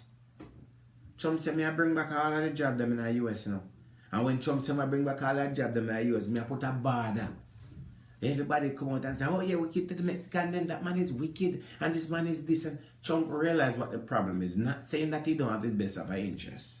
But you know what Trump said? Trump said, I'm bringing back the job and make the American people can invest in America. You know, fight against him. Mr. Holness, why can't you make the Jamaican citizen feel comfortable to invest in Jamaica? A lot of them that live here have house in Jamaica and have them little sitting. Give them the tools and the privilege now to invest in their country now. Give them the opportunity to grow in their country now. Mr. Holness, it don't look good for a Jamaican to leave Jamaica and go live at Trinidad and invest in a Trinidad, invest in a St. Martin, invest in a Guyana. None of them now invest in a we. We understand that Trinidad have money. But make we have something where we can invest in now. That is how you build a better Jamaica. That is how we get stronger as a people. And that's how we can move forward. As I said, when Bruce Golding couldn't take the heat, he left it alone. And leave it alone. He walk away from it. Boss man, if you cannot handle it, no disrespect to you. I respect you as a human being. Leave it alone, man. Leave it alone now. Just tell people, say, you want to go on. I thought, you know. But I'm going to step down as a leader.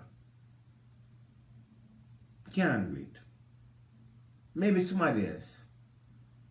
But not me. I can't handle it. I leave it alone. Give somebody else a chance. It is okay to walk away from certain things. When you're in a relationship and it not work, walk away from it. You have a job and it not work, leave it alone. You have a phone and it keep broken, get a new one. Throw it away. You have a car and it keep get overheat from you. Pray to God you get the money to buy a new one. It is okay to walk away. Be a man and walk away from it. We will respect you, see, and we will continue to support you. But we will respect you more when you speak the truth and when you say it can't work. This is a testing from God to show you how well you can operate under this pressure. And it's quite frankly sure that you can't handle it. Too much for your boss, man. Mr. Christopher Tufton, I see you're doing every little thing you can, boss, man. But Mr. Christopher Tufton, I get a little feelings from the other day. A little birds come tell me something in my ears. I get a little feelings. So you go resign. I get that feeling they say. I see it in your eyes say, you want to leave that thing there alone. It is okay to leave it alone in right now. It's no problem. No disrespect. You're a human being. Go ahead and do so. Because somebody else out there will take your place. We understand that none of we perfect. And we're not going to find a perfect health minister. We're not going to find a perfect prime minister. We're not going to find a perfect head of security. We're not going to find a perfect finance minister. We understand that. But we have to learn as Jamaican to swallow our pride. We have to learn how to take our foot up off of the ground and walk away from it. Walk away from trouble if you can. He will live to fight. He will live to fight and run away. So go. He will fight and run away, live to fight another day. We not disrespectful now. But the tone right now are not doing a good job. We're not trying. And I applaud enough for the little effort they make. But as the brother said before, Dr. Maurice Gray, you guys was not aggressive in the beginning. Let's all agree to disagree.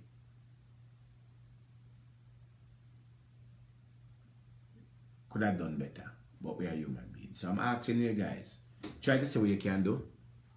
At this point, locking down the country would be necessary. Locking down the parish, if that's what it is necessary at this point. Right? It is necessary at this point. We need it, and it's going to continue to spread as time goes by. And I'm not here to beat them down. We want to see a better Jamaica, we want to see a better leader. We want people to respect us. We don't want people to respect us. I have known people disrespect leaders before of Jamaica, but I've never seen a prime minister get so much disrespect by the citizens of Jamaica. Publicly, secretly, the people are frustrated. Too much people have trained out this disrespectful word towards you. They're frustrated, they're hungry. They don't feel like they're going anywhere.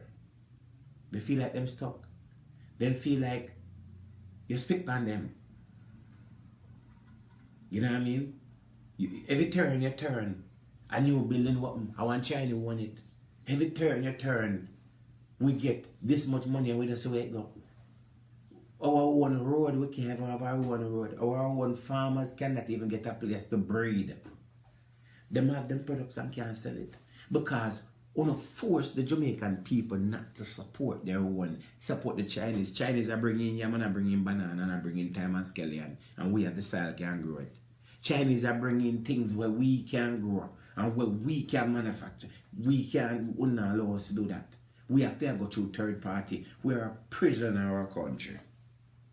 We are a prisoner in our country. So I'm asking the boss, take what I said in consideration.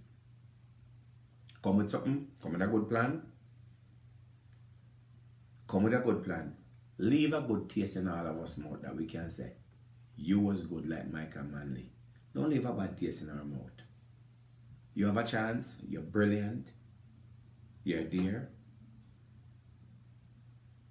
you get the chance. Make we happy, no man. Make we comfortable. Make we comfortable.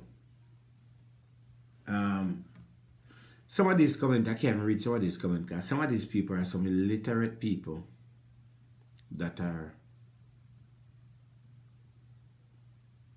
I'm not even going to pay attention to some of these comments, but some of these people are illiterate. Dumb people. And we're not dumb, we're leaving this out. Something about we don't know about, but there's a press conference coming. There's a press conference coming. And it's going to be a lot of things. And there's going to be conference coming that are not going to be happy to a lot of it. But people, the things that you're asking for, make sure when it comes, when nobody beat him bad. When so no one in the country lock down, if him do it, work with it. If him say, alright, him had this, him had that, as long as it's real, work with it. Nobody beat him. When I do good, we not go cuss him and, respect him. He might try. Him just not try hard enough. You know what I mean? Let's support him. But he's a brother that don't take telling and not go take telling. So that's something we have to go deal with. But Mr. Wellness, we don't have to deal with COVID-19. It's there. We can deal with it different. Mr. Wellness, the children in the school need your support and want to respect you as a Prime Minister. Don't make these kids reach to a point where they have no respect for you. Come up with a plan for our young generation. Prove to them and show them that you can become a Prime Minister, you can become a leader, you can become something in life. Your education matters, your future matters, your well-being matters, your health matters. You are not just a cardboard box, you're not a push around. You're going to school to learn to better yourself, not to make yourself worse. You're not going to school to come out to become garbage and become somebody that get up and smoke weed every day. We want you to grow. We want you to improve. We want your education to take you to a far place in life. As a government, I want to implement that and make that be something that you can live happy with. I want these little girls to walk around and feel proud of themselves. I want these little boys to walk around and feel proud of themselves, like, I'm doing something good. I have my mommy and daddy, and I have a government who love me and want to see me become something in life. I don't want a government who let me feel like I have been slave by the white. I don't want to feel like what my foreparents have been through. I am really living that life now as a slave in my own country. I want to be a part of Jamaica. I want to go out and use my education that I've learned in Jamaica to make money out and bring it back to invest in my country. I want to make my country big and better. I want to make it great. I want to be a present in my country. I want to live here. I don't want to build a house in a different country that I'm not from, I know nothing about. But Mr. Prime Minister, you're proving to me and showing me that it is not worth living here. It is not worth investing here because my color of my skin is not fit the criteria. I want to feel like I am dark skinned, but I can run and win. I can be a leader with the complexion of my skin. I don't have to be brown to become something in life. But we are one human being, open the door for everyone. Why is it so much high-class color people are in power? Do I have a chance? Do I stand a chance? Show us that I matter. My complexion matter. Don't make your complexion and my complexion becomes a problem. Put us as one. Don't make a high-class complexion person get more power than me because they're lighter than me. We all should be on the same level or be where we all can eat. Black people been getting kicked around day by day by the white and by the black. When the white hurt you, I understand. But when your own black hurt you, it hurt more than anything else. Who would you look to? Who would you believe that love you? Who will be the person that set an example? Blacks matter. Chinese matter. White matter. Don't matter what race you are. But Mr. Prime Minister, in Jamaica, my complexion don't mean nothing unless I'm in high position or high class. Do I need to bleach my skin to get a position in life? I have all the education. But there's one thing left for me to do, Mr. Prime Minister, because nobody recognizes me. Let's try to change the color of my skin just to get a position. Don't even know if it will work. I may end up dead before I get that position. But show me, say, I'm a human being. Show me, say, I can become a prime minister. I can become a health minister. I can become a finance minister. I can become the minister of security. I'm black and proud. And you should be a leader. You should be a supporter. Don't reject me because of the complexion of my skin. People, as I leave you guys, I would say to you, remember to please like and follow and like. Please like and share and follow the page. Not only that too, please go out and support my song named Hard Time. Collaboration with me and Ginger. It is available for 99 cents wherever you are.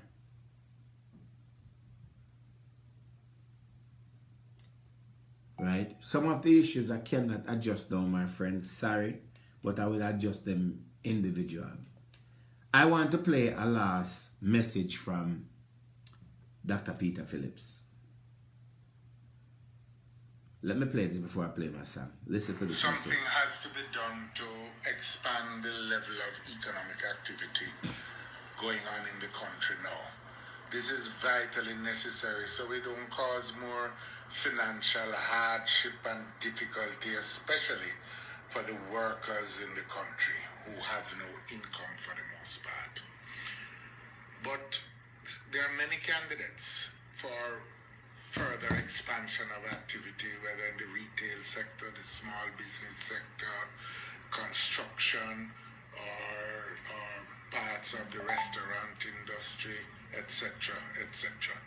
The problem that we face now is that the government has given no indication as to the preconditions which have to be met, or as to the measures that will be put in place to ensure that that opening up the economy does not result in a rapid expansion of infection.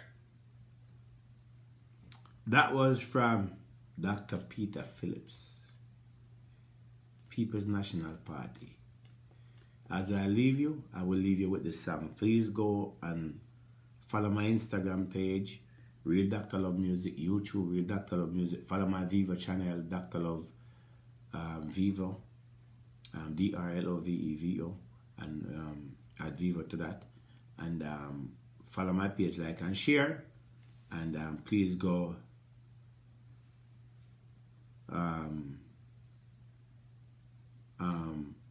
go and purchase my song now for 99 cents. It's called Hard Time. Just type in Hard Time by Dr. Love and Ginger. It's on my page.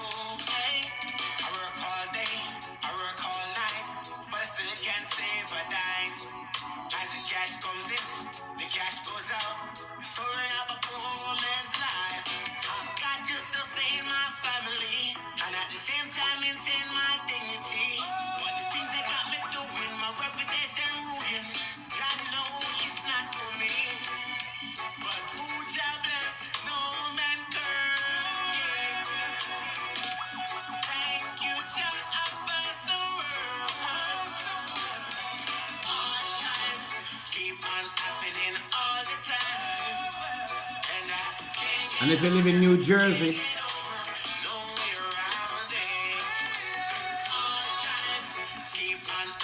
I'll tell you in a minute.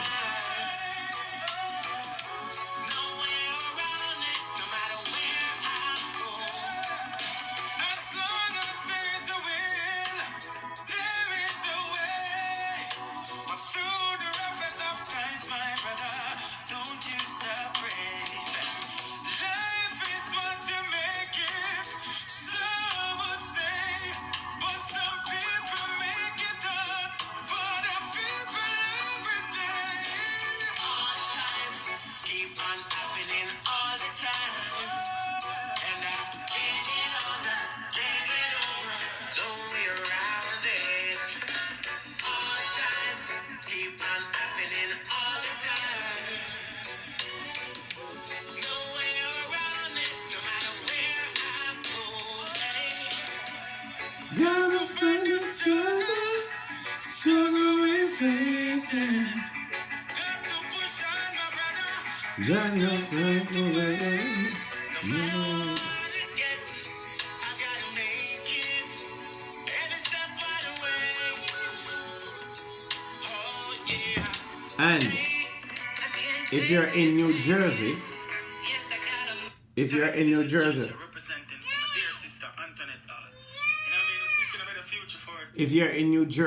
in the city of Orange, election coming up for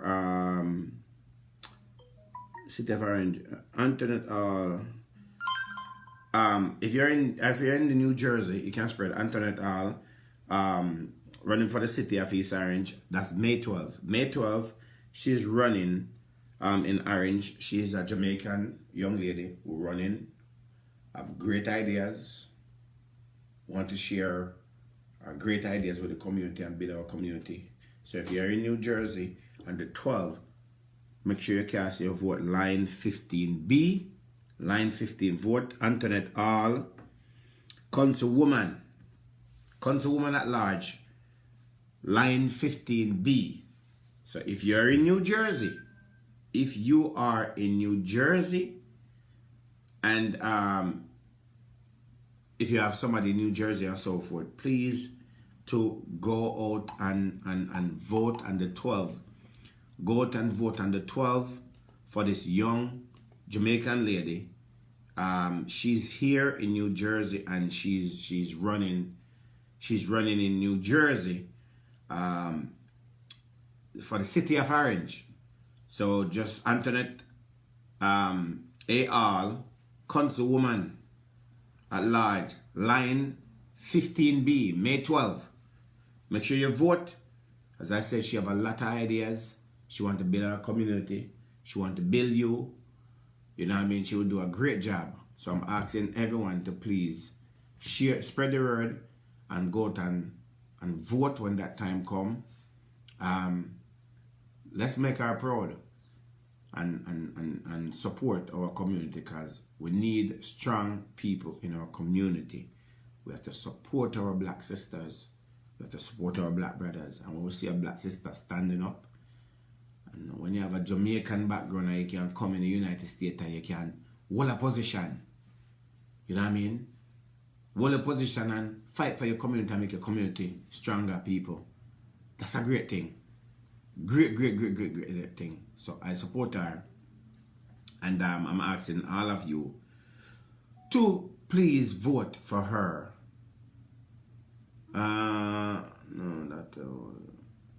Yeah, so please support her. City of Orange, she will make a difference. As I said, line 15B on the 15th of May. On the 12th of May, 12th of May. Vote for her. Big up on yourself until we meet again, till we talk again. Your boy Dr. Love to the World. Follow on my page. And remember, you know, me neutral. I neutral. I support anyone that is right for the community and for the country. See? Big up on yourself. And as we move forward on a Sunday, I'm going to finish cook. I made that cook before, but we have to deal with this. See? And remember, guys, if you want to contribute, you guys can contribute to my Cash App, which is Chris Crooks 973-342-2487, or my PayPal, which is Dr. Love Music, DRLOVE Music, 1085 @gmail.com. Big up on yourself. Until we meet again, we'll do this again. See?